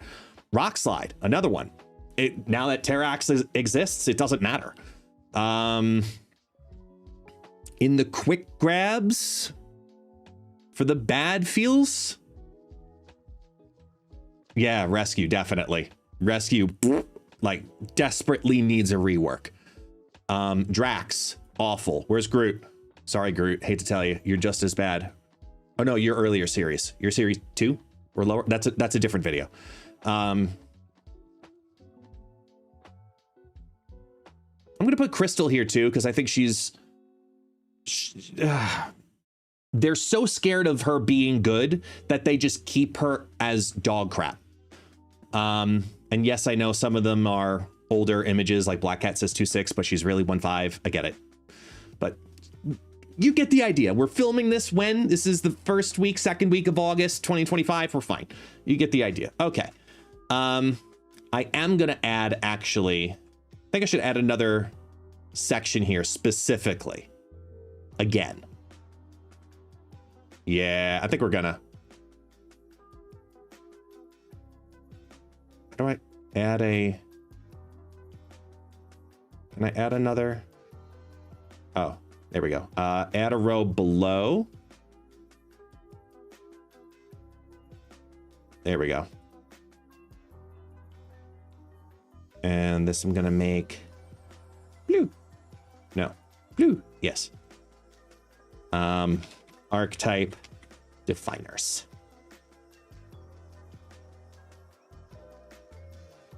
Yeah, we're gonna need that one here because, like, I honestly think, like, Agatha is an archetype definer. You can't... Every Agatha deck is playing around Agatha. You have to. Cerebro, every Cerebro deck is playing around Cerebro. Even Destroyer, I think you have to play around Destroyer. It's not just a card you plop into it. Like major, like, where's Mr. Negative? Patriot should go onto that list. Mr. Negative should go onto that list. Like, these are all individual decks that you build around. These aren't cards that you plug and play into a variety of decks. Ronan, he's another, well, I mean, he's a package. I'll leave him here for now. He's a very core package, but he is his own deck. Ultron, another one that's probably an archetype definer because they're very synergetic in each other, because if you're playing Ultron decks, you're building around that turn 6 Ultron.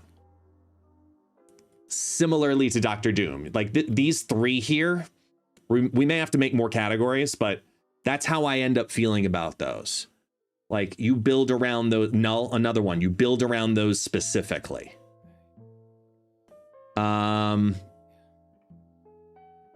What are other cards that you build around in this archetype? Within their deck, like, you build a deck for, yeah, MODOK's a good one, right? You build a discard deck for MODOK. 100%.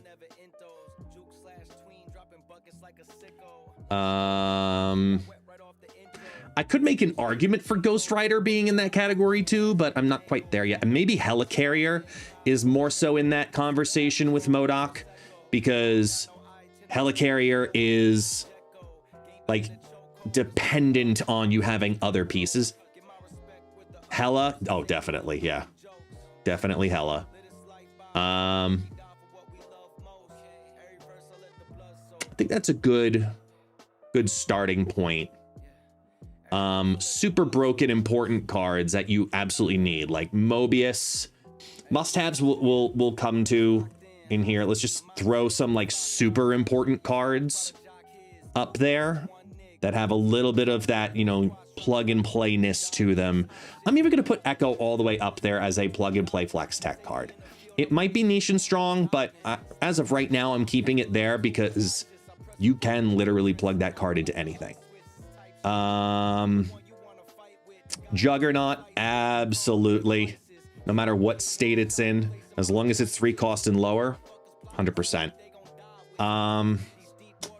Plug and play. Goose, Havoc, Cutie Pride, Magic.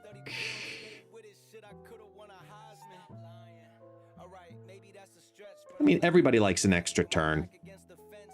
Negasonic definitely is in this discussion.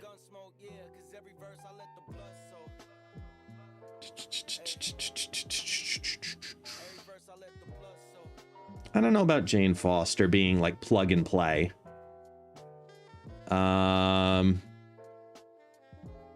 Like I'm talking about the cards that you constantly consider for any deck, like Zabu, right?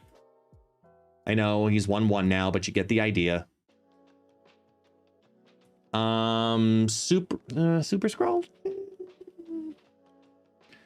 Oh, Jane Foster for Archetype.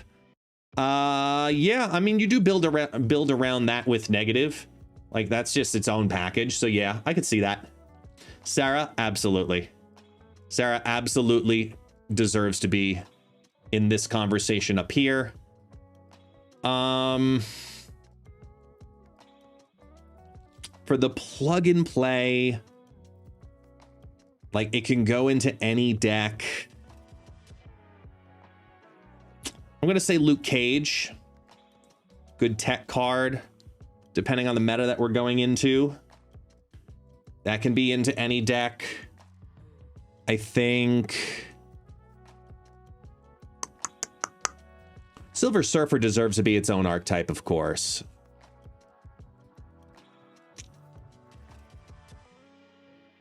Magneto and Nebula, yeah. I think Nebula, yeah. I mean, I didn't say the Thing. Why did he appear? No, now I did, but he does anyway. Magneto, I think, is just a very good tech card. It's a very good card in general, but if you're looking for a 6-drop, it's probably one of the first ones you think about all the time, especially early on. Like the second you have access to Magneto, you're contemplating how often can I use this? How do we want to go about like Venom? Like, is Venom null that combo that we have to like consider as a combo?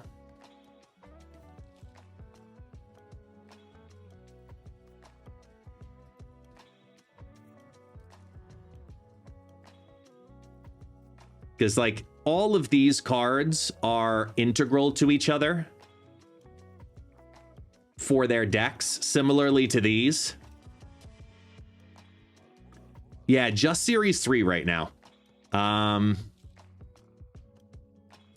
can make an argument for Kitty Pryde also being plug and play, because any card that just allows you the ability to guarantee a drop every time because you drop it down and it comes right back again.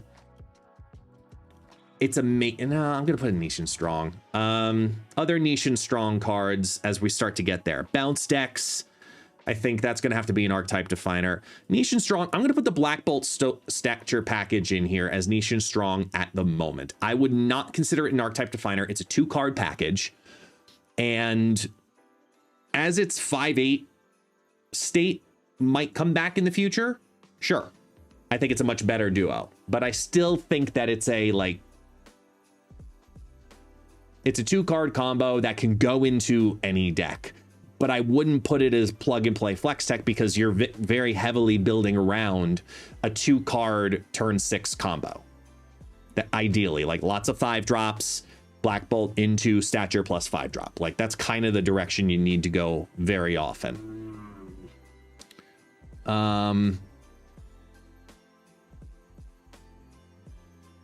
I think like niche but strong, like Dracula is another one, because as much as Drac Dump is an archetype, you can play variations of those dump decks without Dracula. You can play Red Wing variations, for example, and I don't necessarily think it's an archetype definer, especially in discard, because it does end up getting cut. Similarly to Helicarrier, though.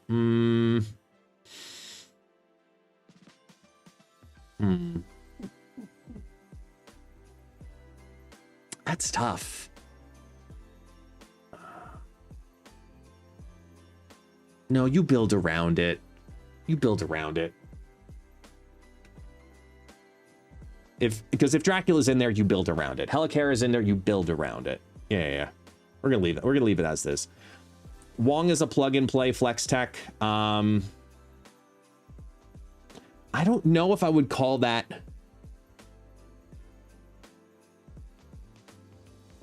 I'd just call that niche strong because again, you have to build around your on reveals to be able to do that.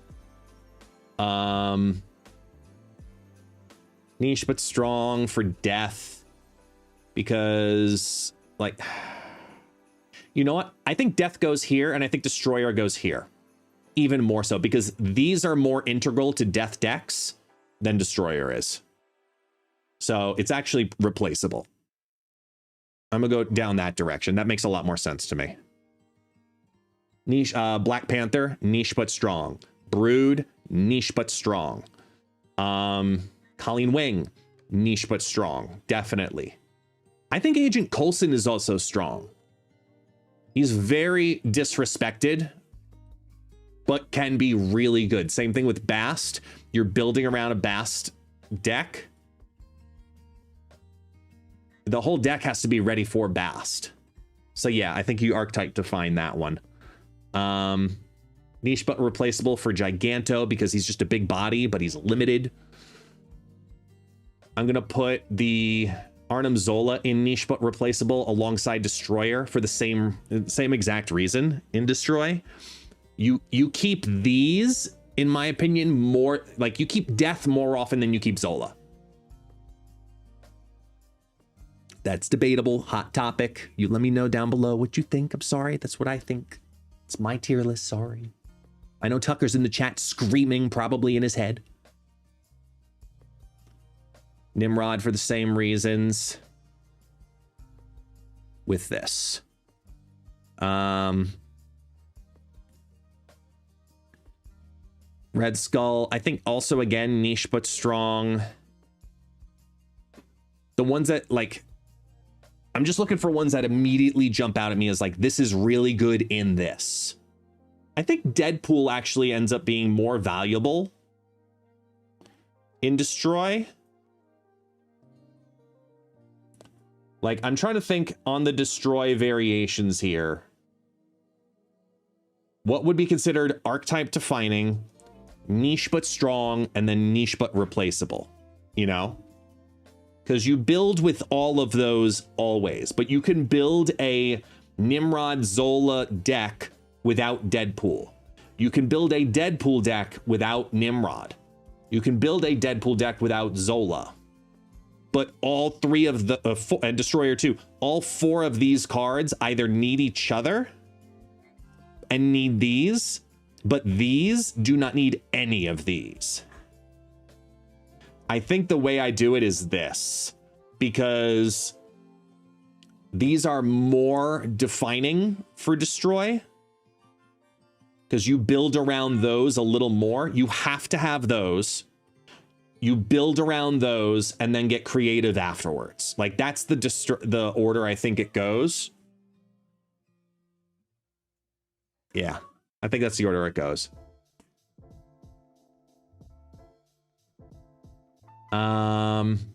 Every discard deck has MODOK, but I don't think every discard deck runs Gambit. Niche but strong for the Hood because, I mean, you get that extra demon and yeah, you don't have to build around it, but it's just a really, really solidly good card. Solidly good. I think Mirage is also niche and strong. I think Mirage is a little underrated. Like, I know we see her in a lot of decks, but not because people think she's strong. They just want information and a little extra power. But you forget how valuable that is on a 2/3 Mirage.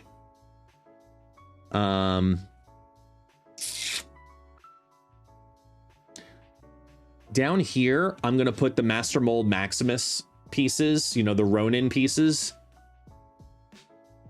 I think even Black Widow is... yeah, no, Black Widow you can play into more decks, but you're constantly replacing it.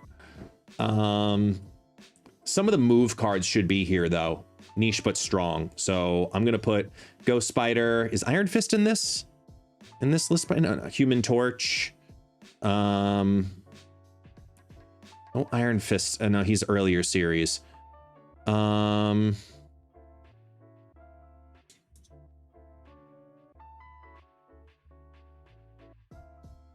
Yeah, I think we're looking all right. Ooh, Falcon. Niche but replaceable over the bounce deck, because I see a lot of bounce builds run, like mandatorily run Beast, but don't run Falcon because Toxin exists. So I think that goes away. Sentry, niche but strong, definitely. Nick Fury, replaceable. Goblins, both goblins in here? Because I'd consider that both of them replaceable. They're good at what they do, but very specific to what they do. You know, going on the other side of the board, you got to play it right.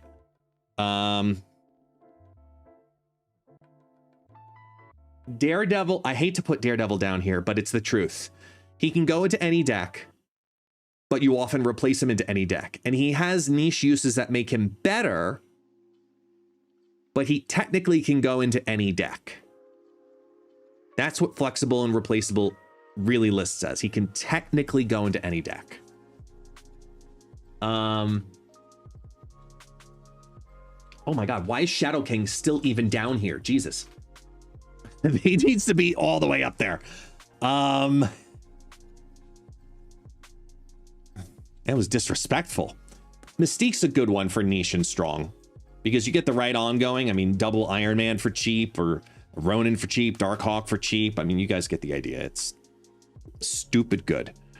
Oh yeah, the move cards. Dagger goes here. Vulture's earlier series? Yeah, Vulture's earlier series. Okay. I think we did a really aggressive, fast representation of throwing these out here, right? Like really fast. So cards that jump out to me as like, you could play these into any deck are these pretty comfortably.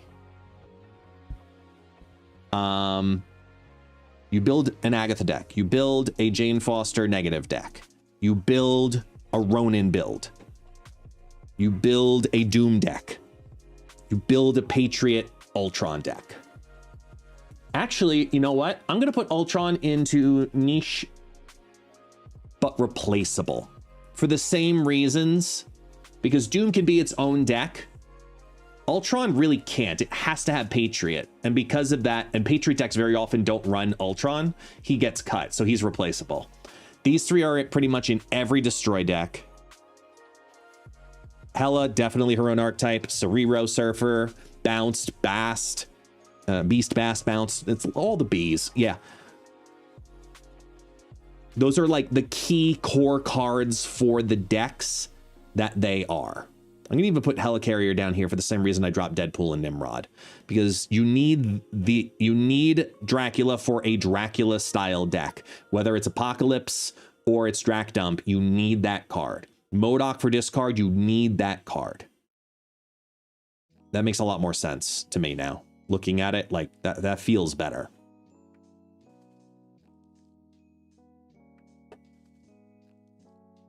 Yeah, that feels a lot better. These are options for those decks.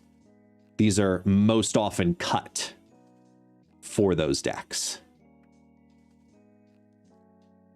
Because you build... Wait, should it go here or should it go here? Replaceable or strong? I think Ultron goes strong. Because those are further enablers of these archetypes. Further enabler of their... Yeah, okay, that makes more sense. Yeah. Okay. That feels good now. Anything else really jump out as... So Spider-Ham is definitely flexible but replaceable.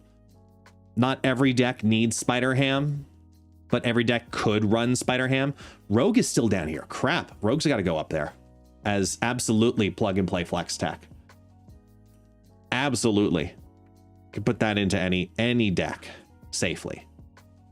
Shuri is interesting.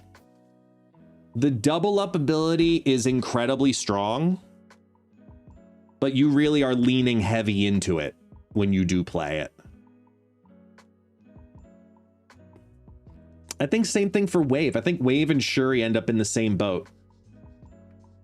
Even with it being reciprocal, I think that ends up being confident.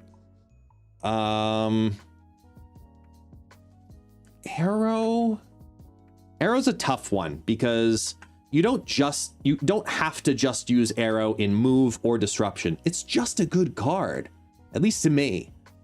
So is it flexible but replaceable because you can play it anywhere, or you're playing it only in those? Because I can make an argument for it being flexible as a good 5/9. But more recently, I feel like it's just very niche.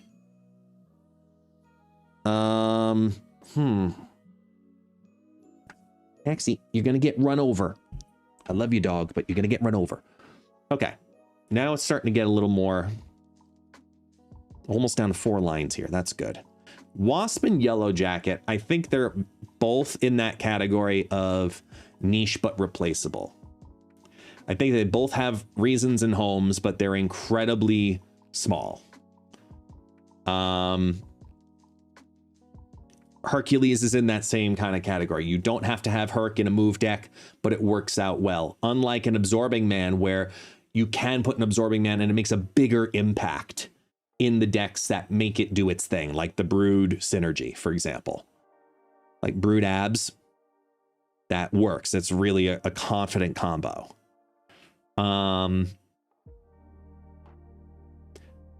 Miles is another one. You get the move and he's a 1/6. I think he's in the same category as the Black Bolt stature combo with that reduction, because you play into it. But this one is so, synergetic to each other. You have to play it as a duo versus Miles, which you can play with any movable piece. Hellcow gets cut all the time from discard. Kingpin gets cut from disruption. I think Omega Red gets cut from ongoing. Stegron gets cut from disruption. Sauron's an archetype definer. You play a Sauron deck to be a Sauron deck.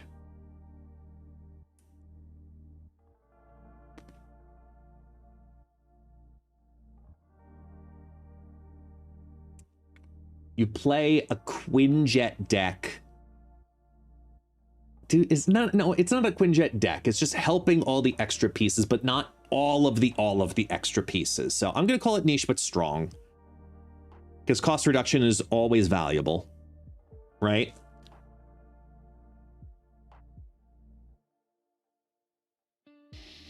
I think Super Skrull is also very meta dependent for the same reasons. If there's a lot of ongoings, you want to play a Super Skrull, and it's just a card you absolutely can't wait to have in your collection. What are cards that you can't wait to get because they're good? Like, I think She-Hulk can make that conversation. I think Ghost Rider makes that conversation.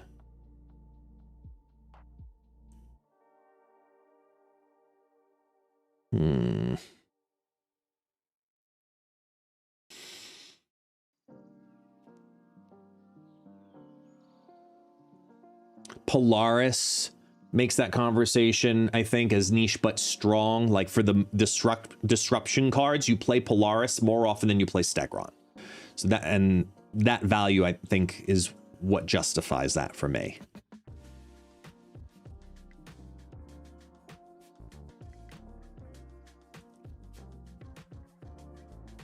I'm even going to put Lady Deathstrike in that for niche but strong. I think that she's still an incredibly good card, but the meta has to be right for her, or the deck has to be right for her. Black Cat, again, now at a 1/5, very niche, but I'd say she's strong. I mean, it's a 1/5. The downside is you have to play her right away, so your deck has to permit that. As long as it permits that, it's a great card. Havoc, niche, but I think this whole archetype, the end of turn archetype now kind of justifies them as strong. But Warlock gets cut.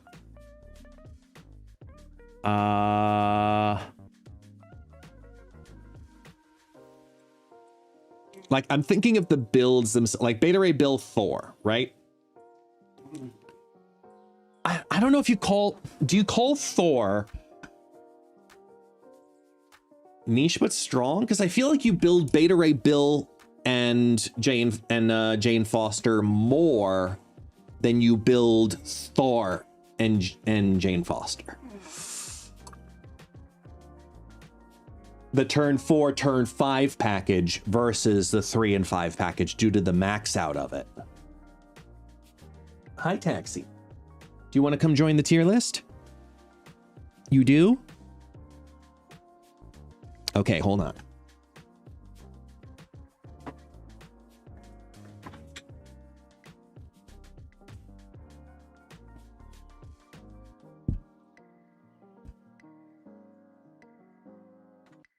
Come on, Taxi. Hup. Oh, boy. Hi. Yes. Yes. I know. You were excited for the last one, too. I know. You good boy? You love me? Thank you.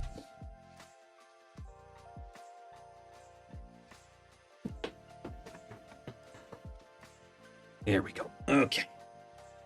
Taxi, lay down.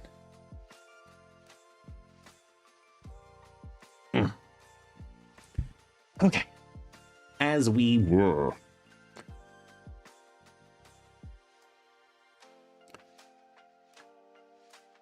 I think Celine is probably going to enter. How about now? Like, I was recently just playing a Celine deck to try and help the goblins, but that's like it. And goblins get cut from the deck all the time. So I'm kind of like, yeah, I'm not too thrilled about it. Not too thrilled about it. I feel sad for Ghost. I do too. Ghost needs love. Same thing for Spider-Man. I think that Spider-Man ends up being a card that obviously it's Spider-Man. Everyone wants Spider-Man to be good. But you end up replacing him in a lot of either disruption decks or move decks. And a lot more players that want that effect are utilizing the combo destroy Uncle Ben piece more than actual Spider-Man nowadays. Moon Knight, niche but strong. Debris, niche but strong. Is Debris niche but strong or an archetype definer? Because, I mean, when you think Clog, you think Debris. It's the first card you think of when you think of Clog. To me, it is. I think of Debris more than I think of Sentry, but I think they both are relevant to it.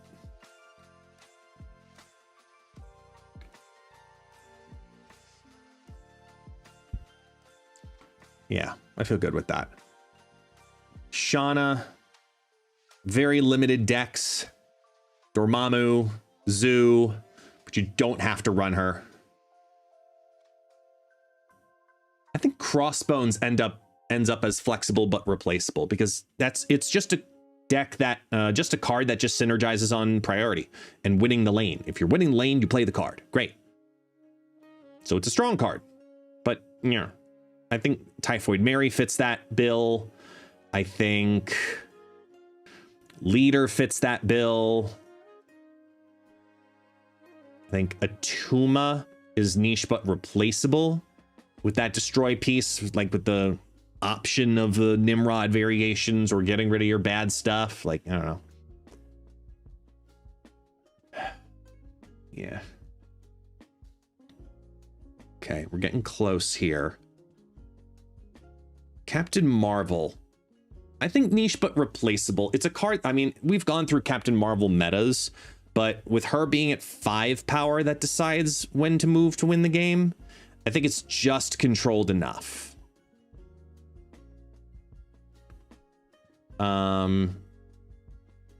Dazzler, I mean, it's a 2/8, and so's Mojo, but I think you replace Mojo way more often, and Dazzler's way more consistent.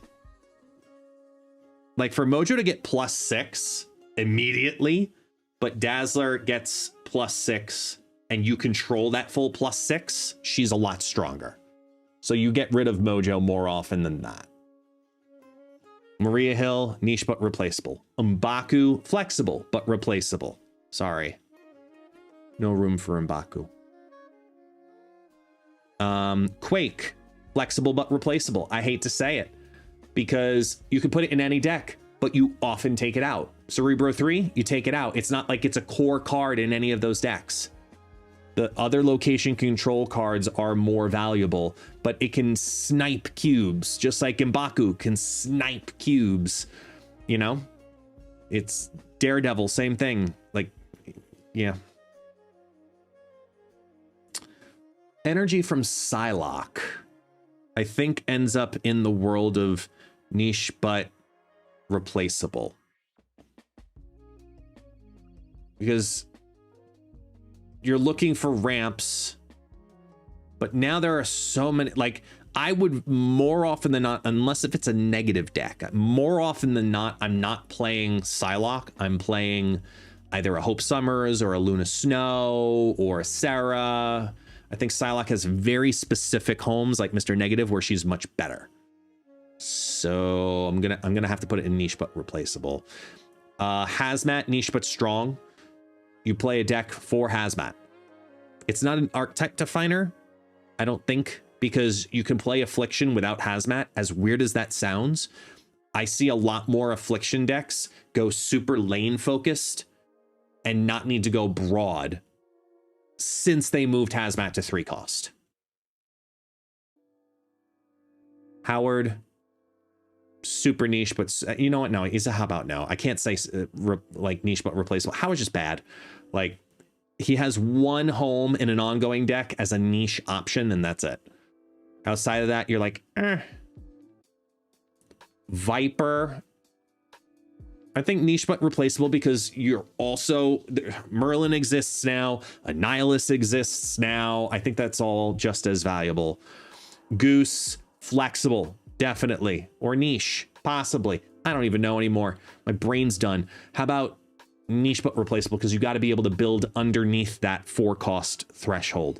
Doc Ock, you've got to be able to hold on for everything possible from what he pulls out. So it's got to be a tall deck or something that can counter if it's a large card that drops. Valkyrie, niche but replaceable. I debated about how about no, but no. I think Silver Samurai ends up in how about no, unfortunately. Orca, I mean, there's one deck that really makes Orca kind of look good, and it still sucks. Silk, niche but replaceable. You want like your Hydra Stomper and your Move and your Uncertainty decks with Craven and stuff. Yeah, you play Silk, but very often people cut Silk because of the inconsistency of reliability. Jean Grey, flexible but replaceable, lane control. Invisible Woman, niche to her. Electro,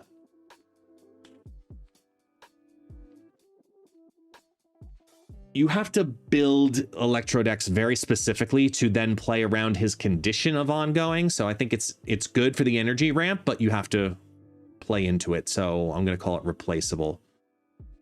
Taskmaster 2 with the flexible but replaceable or niche but replaceable. Like, there's very few decks that you want to play Taskmaster in, and very often you just don't. Titania can go into really any deck. Zero can go only into decks that can afford to have their effects removed. Lockjaw wants percentages to pay dividends, so I'm going to put Lockjaw in niche but replaceable. But Mysterio, I think, is a strong card, generally speaking, because it enables quite a few other cards to also be good.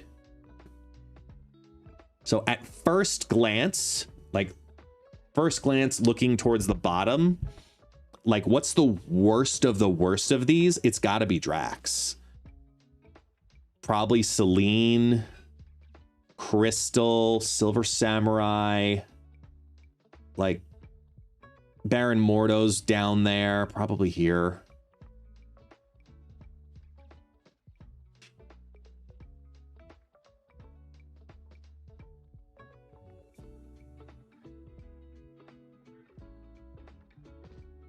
Yeah, I'm gonna stay right there. That seems pretty okay. The good cards of the flexible but replaceable. Quake is the better of these, with Daredevil and Black Widow. I think, and yeah, I put Spider-Ham up there too. The 4s, the worst of these is probably Leader.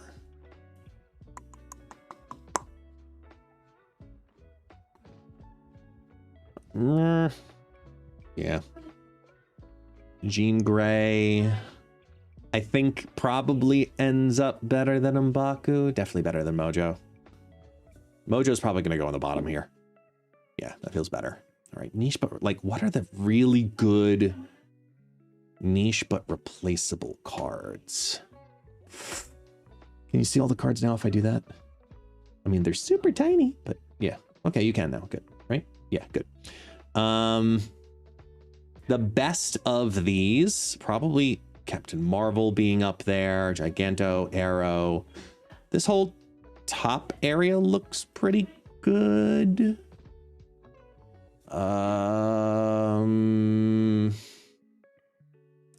Who's the worst of these?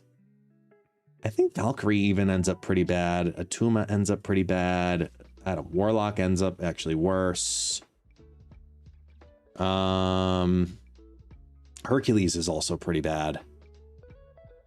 Yellow Jacket has such incredibly limited uses. Hellcow, Goose goes higher. Goose definitely goes higher. Hellcow goes down. Omega's got to get dropped. Zero's got to go up for what it'll do. Then Thor. Yeah, I'd rather Thor over discard Hellcow. Actually, I like a lot over discard Hellcow.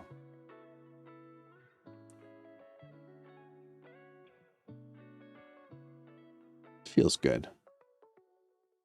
Feels pretty good here.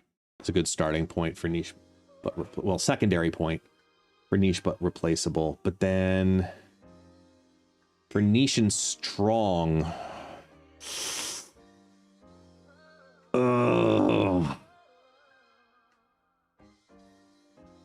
the worst of niche but strong. That's tough. Who's the bottom end of this? It's probably Ultron and Helicarrier. Then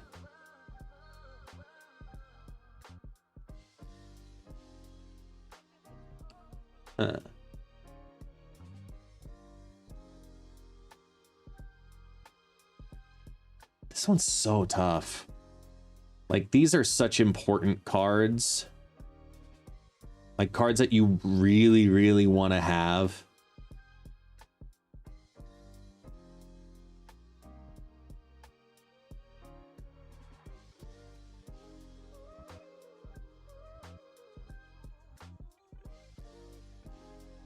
Yeah, see, this is feeling better. This move trio.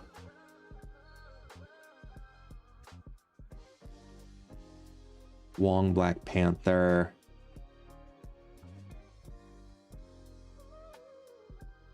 Colleen ends up getting cut from quite a few of the discard lists. I'm gonna put her there. Quinjet's value is pretty high.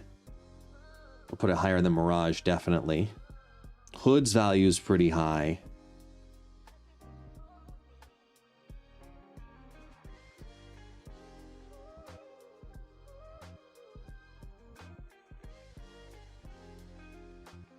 I don't know, like, I'm gonna drop Polaris a little bit. I And I'm gonna take the Havoc Black Cat combo over Red Skull more often than not. Do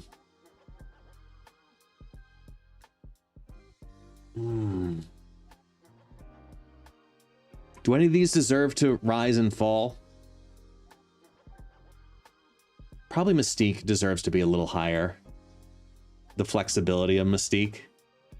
I'd probably say so. Yeah. Same thing with Super Scroll. I think the flexibility puts Super Scroll a little higher. Yeah. Like, I'm constantly looking at, do I want these over these? You know?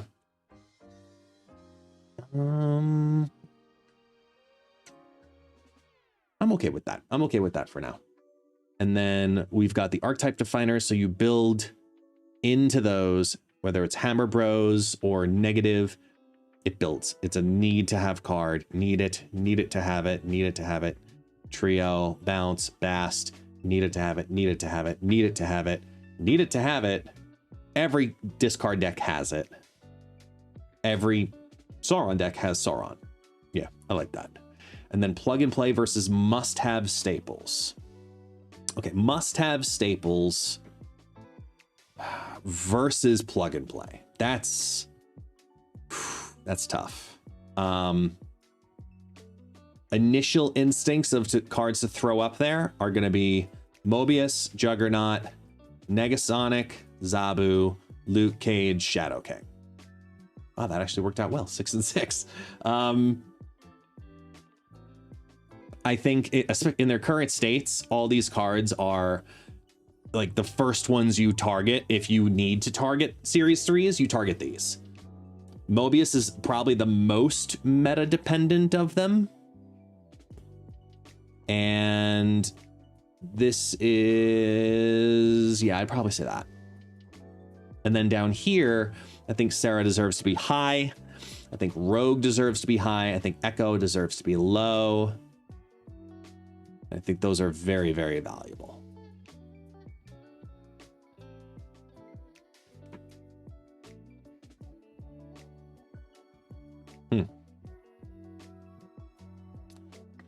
I don't know. I mean, what looks right? What looks wrong?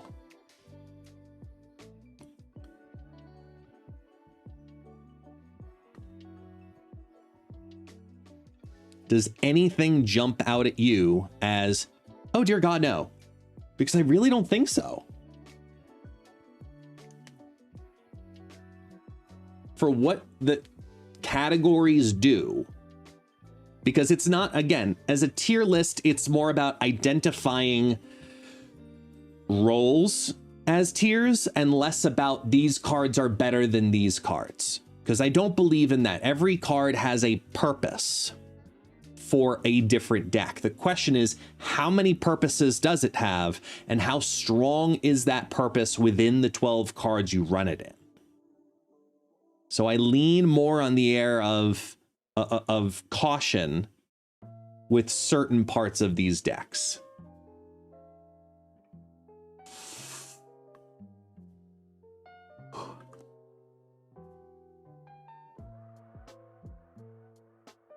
I think Agatha's got a drop, though. Sorry.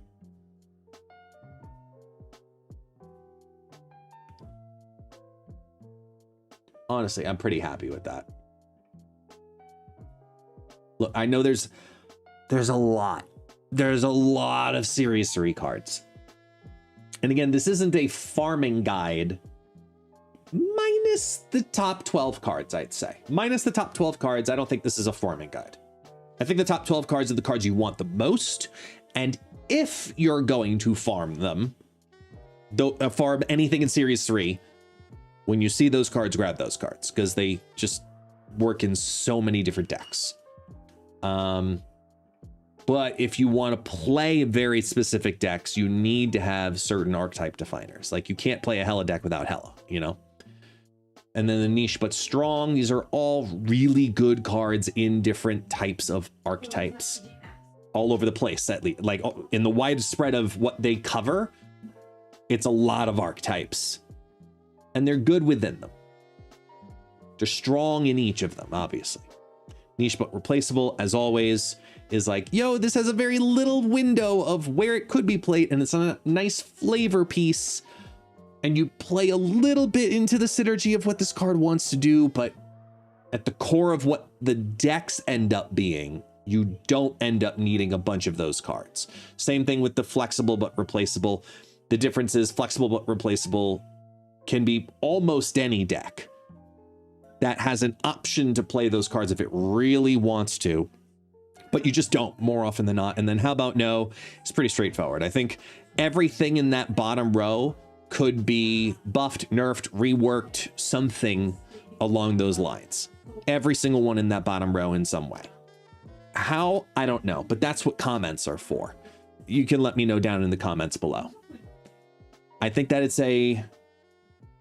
Series 3 is tough, right? Series 3 is an absolute slog to work through and unlock. And there are very few cards, as you see, that I would truly say are worth, you know, expediting into the collection because they're versatile.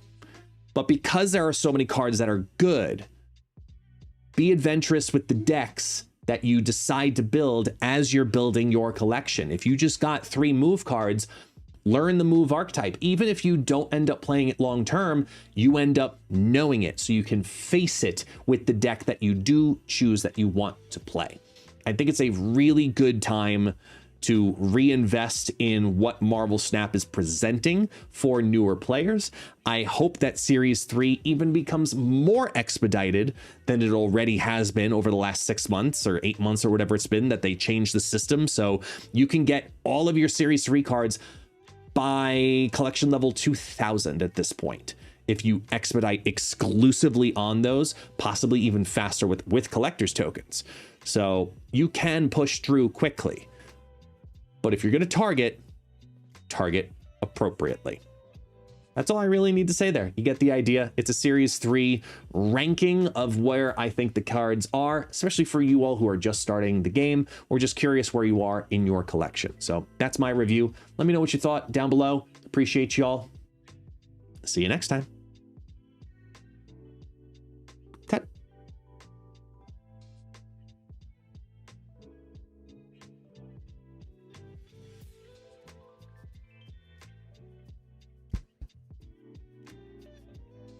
Series 3 tier list, August 2025.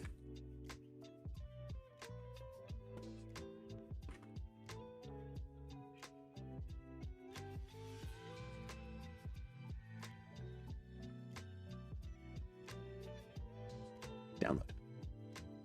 Yay. Saved.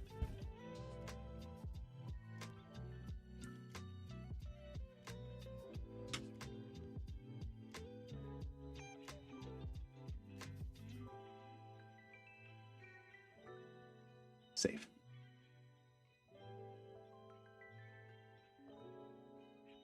Come on. You know you wanna. There we go. Now it saves. All right. As we were.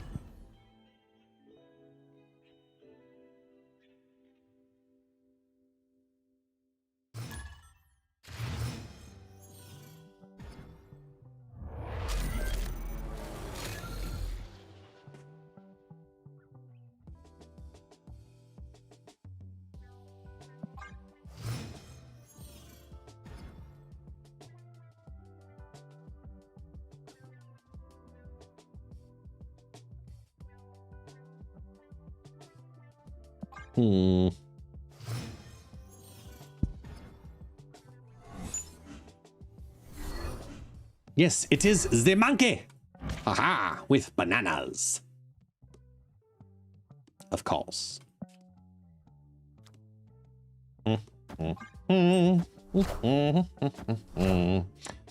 Oh, good. I'm so excited.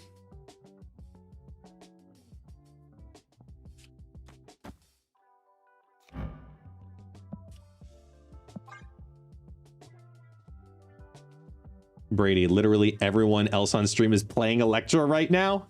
Are you serious? I swear to God, I didn't even know that. That's fantastic. I built this deck thinking that everybody would. That was the thought. How you doing, Brady?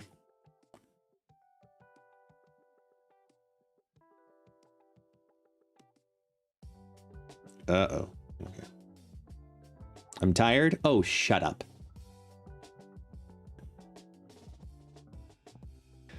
Who am I kidding? I recovered. I recovered from my exhaustion. Your turn.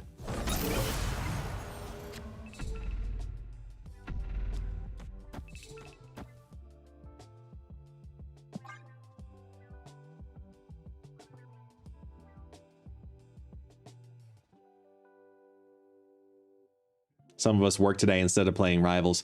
Some of us worked on Saturday overnight and Sunday instead of watching Twitch. And we're even.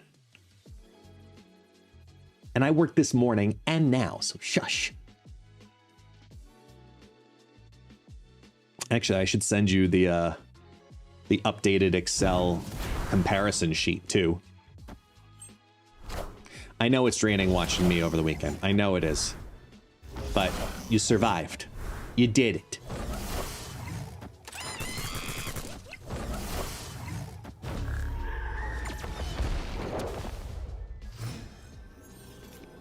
Agreed.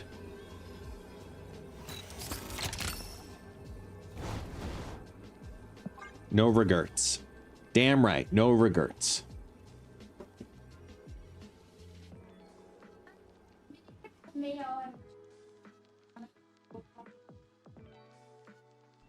Wow.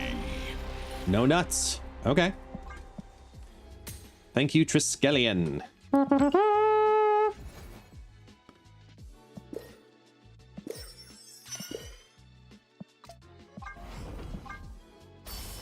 One, two, three.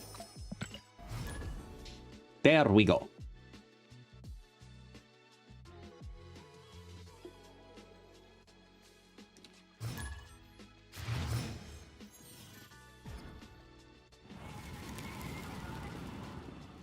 Live from the Daily Bugle. Really? All right. All right, I'm leaving. All right, Brady. Be good, good sir. We will talk. I think Tech CC'd you on an email today.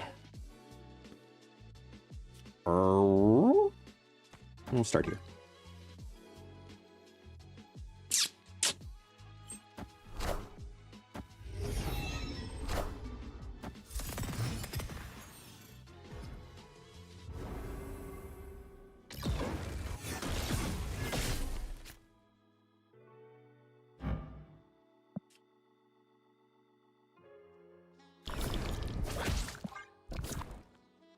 I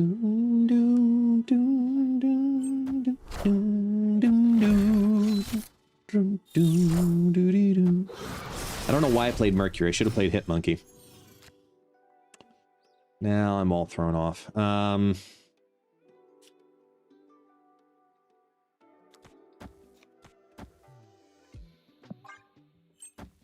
What is life? Morgan Le Fay brings back Elixir.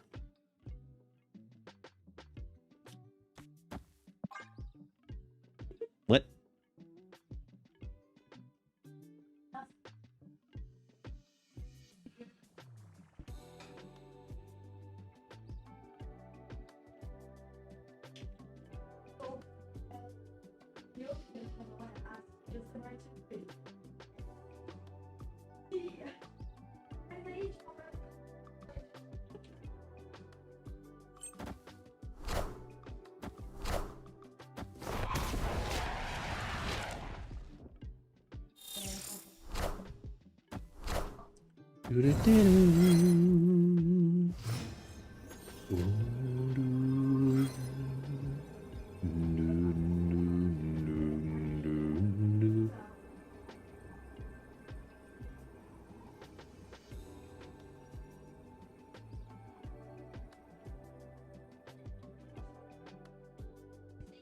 This was a Nimrod deck that didn't Nimrod.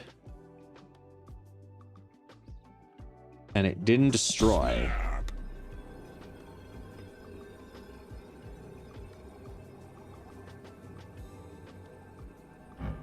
Maximus, Shadow King. If we do Hit Monkey, Mercury Cannonball, I think we're good.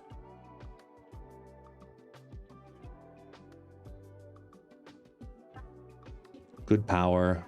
Removes the Carnage benefit. If they go for this weird Venom thing, you get rid of it.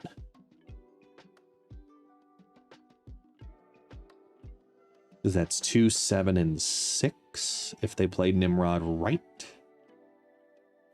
Yeah. Yeah, they didn't get the draws they needed to set that deck up.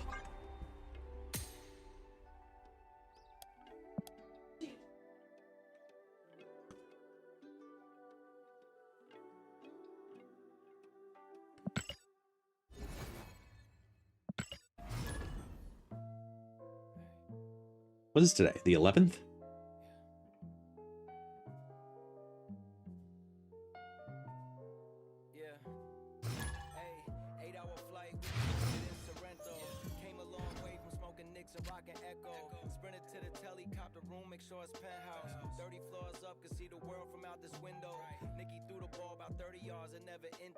Hey, Diamond Falcon. Thank you. Thank you so much. I appreciate you. Thanks for peeking in. How you doing, good sir?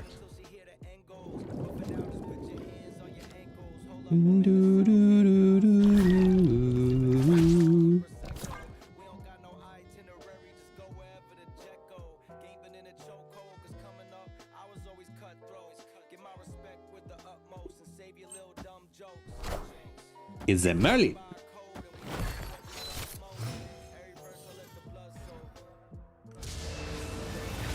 Oh, hello, nowhere. Well, fine. You can't flip that.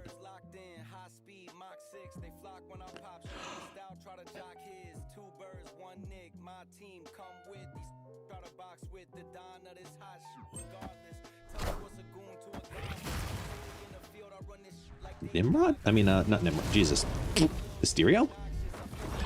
Wow. Okay.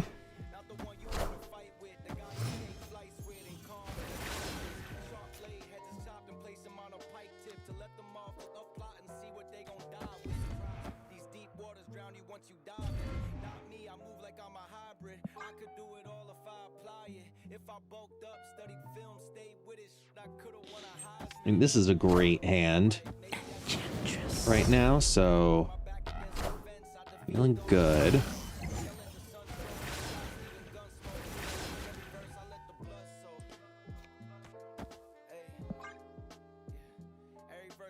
Ooh, wow. We could play 1, 2, 3, 4 all next turn.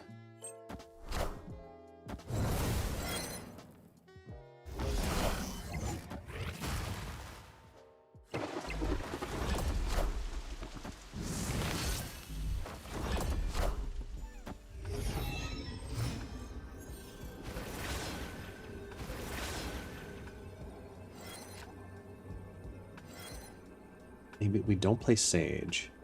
Instead, we play... Has this got the +3 right now? Yeah. 3, 5, 7. I gotta go over 7. We do this into this. Into 3 cards to play. This is one of them. That goes there. And then this goes here. Is this enough here?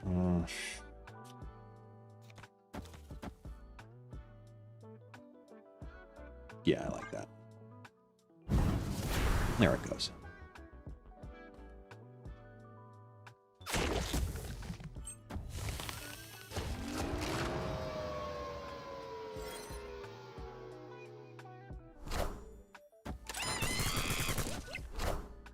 I want the throne. I'll take the bonus. But it's not enough.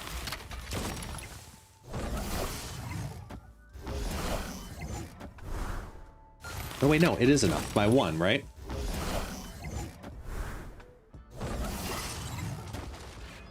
Yeah, it is enough. So moving the Mysterio was the right call.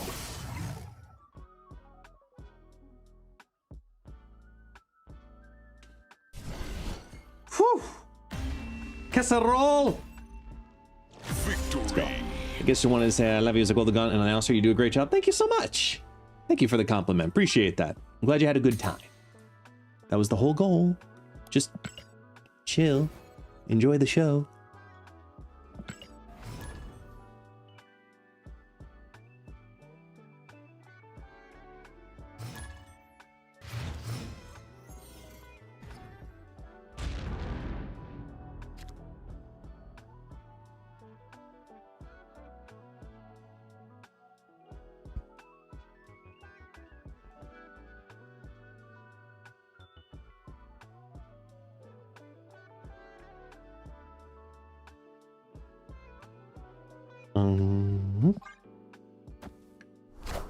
Let's see. Uruk is an Ant-Man. What time is it? Okay.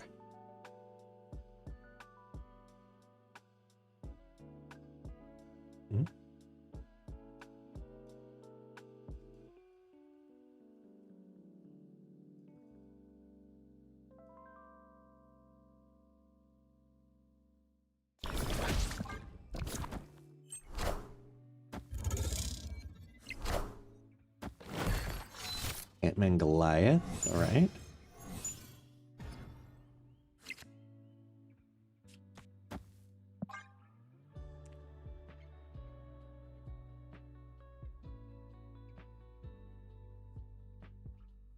Let's see. What is going on with this action queue? It starts 3 of these. Why? All of these chats from It's Guest Modding.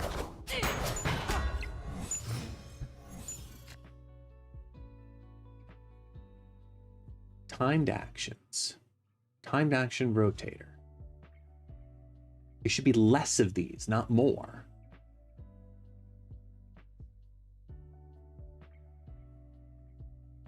Timed actions rotator. Interval.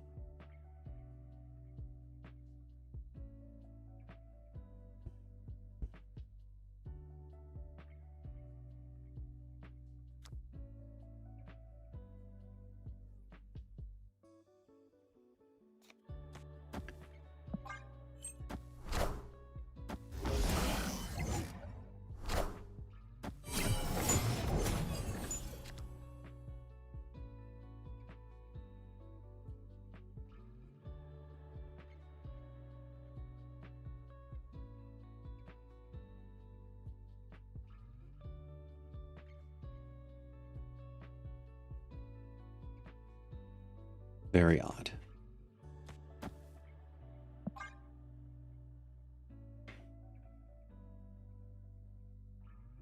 Actually. No. Avengers! Assemble. It's fine.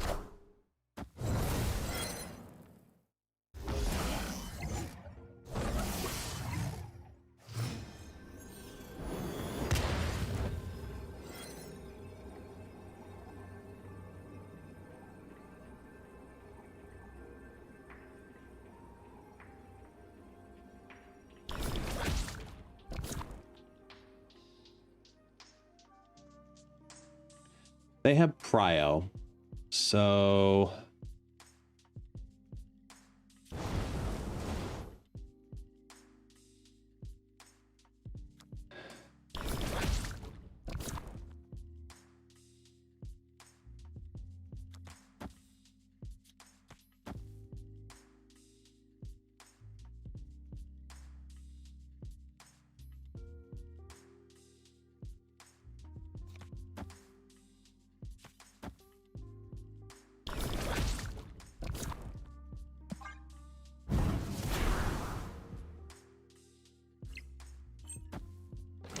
Spectrum, wow.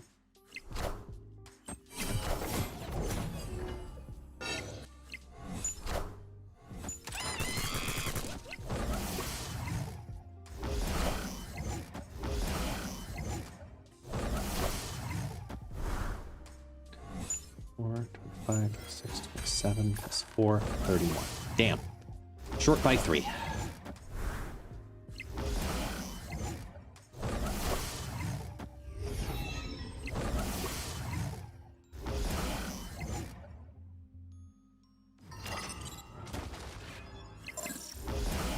Cannonball was the right play. I thought they would have compete with a Spectrum in the right, but and go for the stack mid that way. But the Ant-Man I should have thought it through better. Should have thought it through better.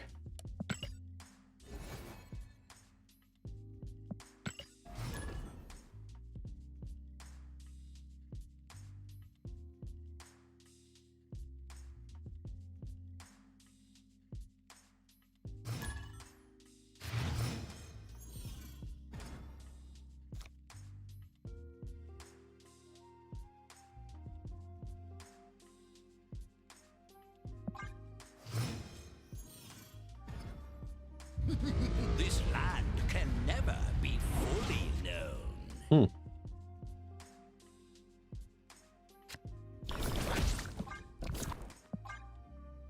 Yeah, we'll leave it. Okay, Mercury into Bishop. Spits off the full hands. I really could use Sarah. Like, really use Sarah. Not now, though. That actually could help because it thinned. Yes. Okay, so if we're playing into Sarah.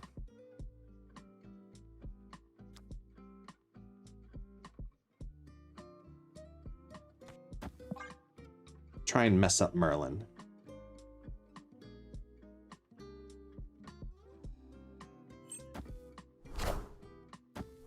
Oh, you got my own Merlin. Great. +2 energy. Pull something out of your hand. Something of while. Oh, that's nice. Cool, thanks. Alright, so they have Annie Sentry shenanigans. We know that.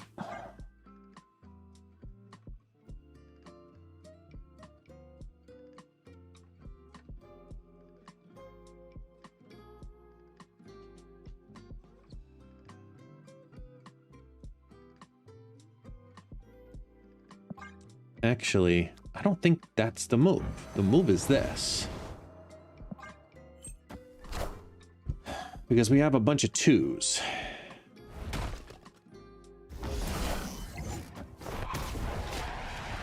Yeah.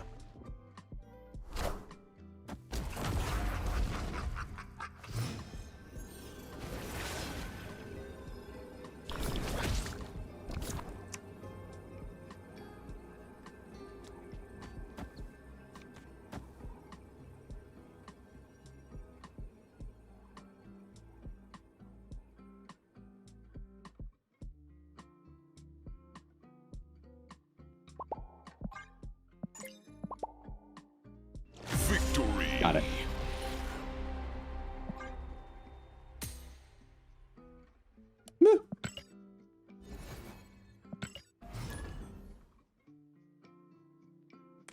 Woo.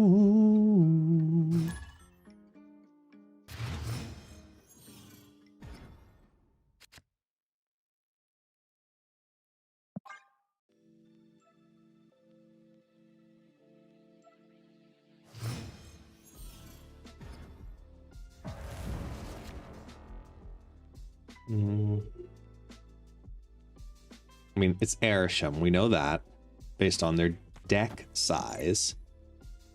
19. Let's play into it because you're going to try to.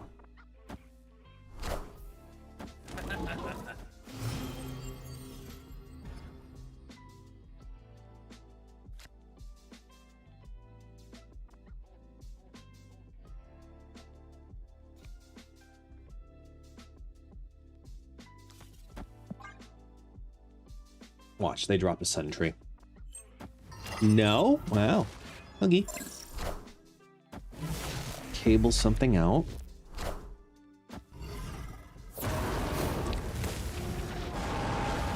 Feels decent.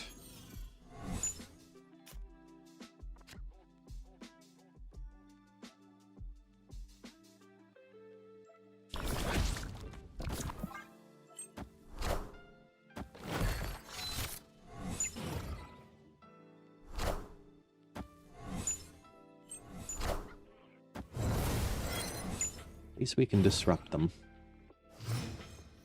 Oh, wait, we can't.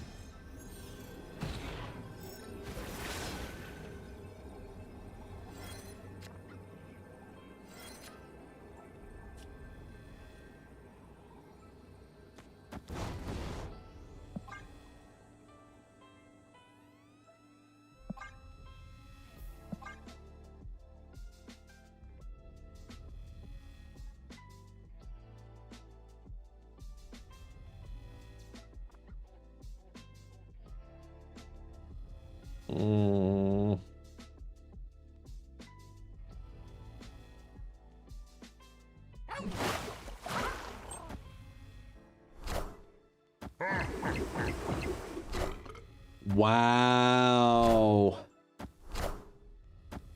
That was uncomfortably close.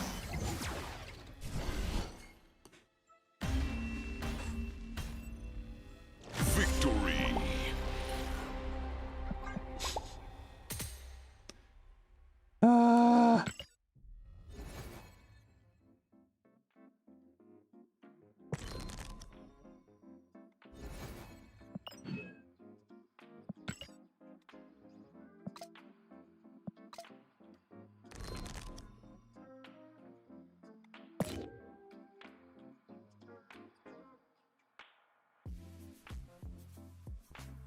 I'm not gonna lie, I've really been enjoying him. Like, really been enjoying him. I think he's much better than people give him credit for. I think, I truly believe he's like one of the better releases, and we're just not utilizing him enough yet.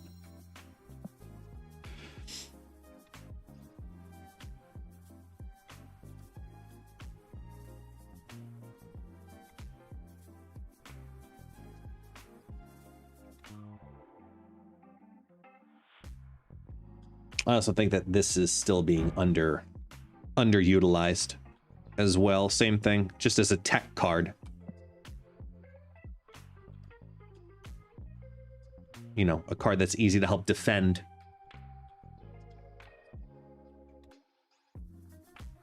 I don't know. I gotta work more with them. Potato chips, Zorn.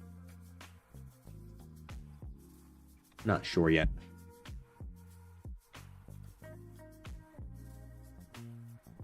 All right, what I'm gonna do here is prep for tomorrow by doing this.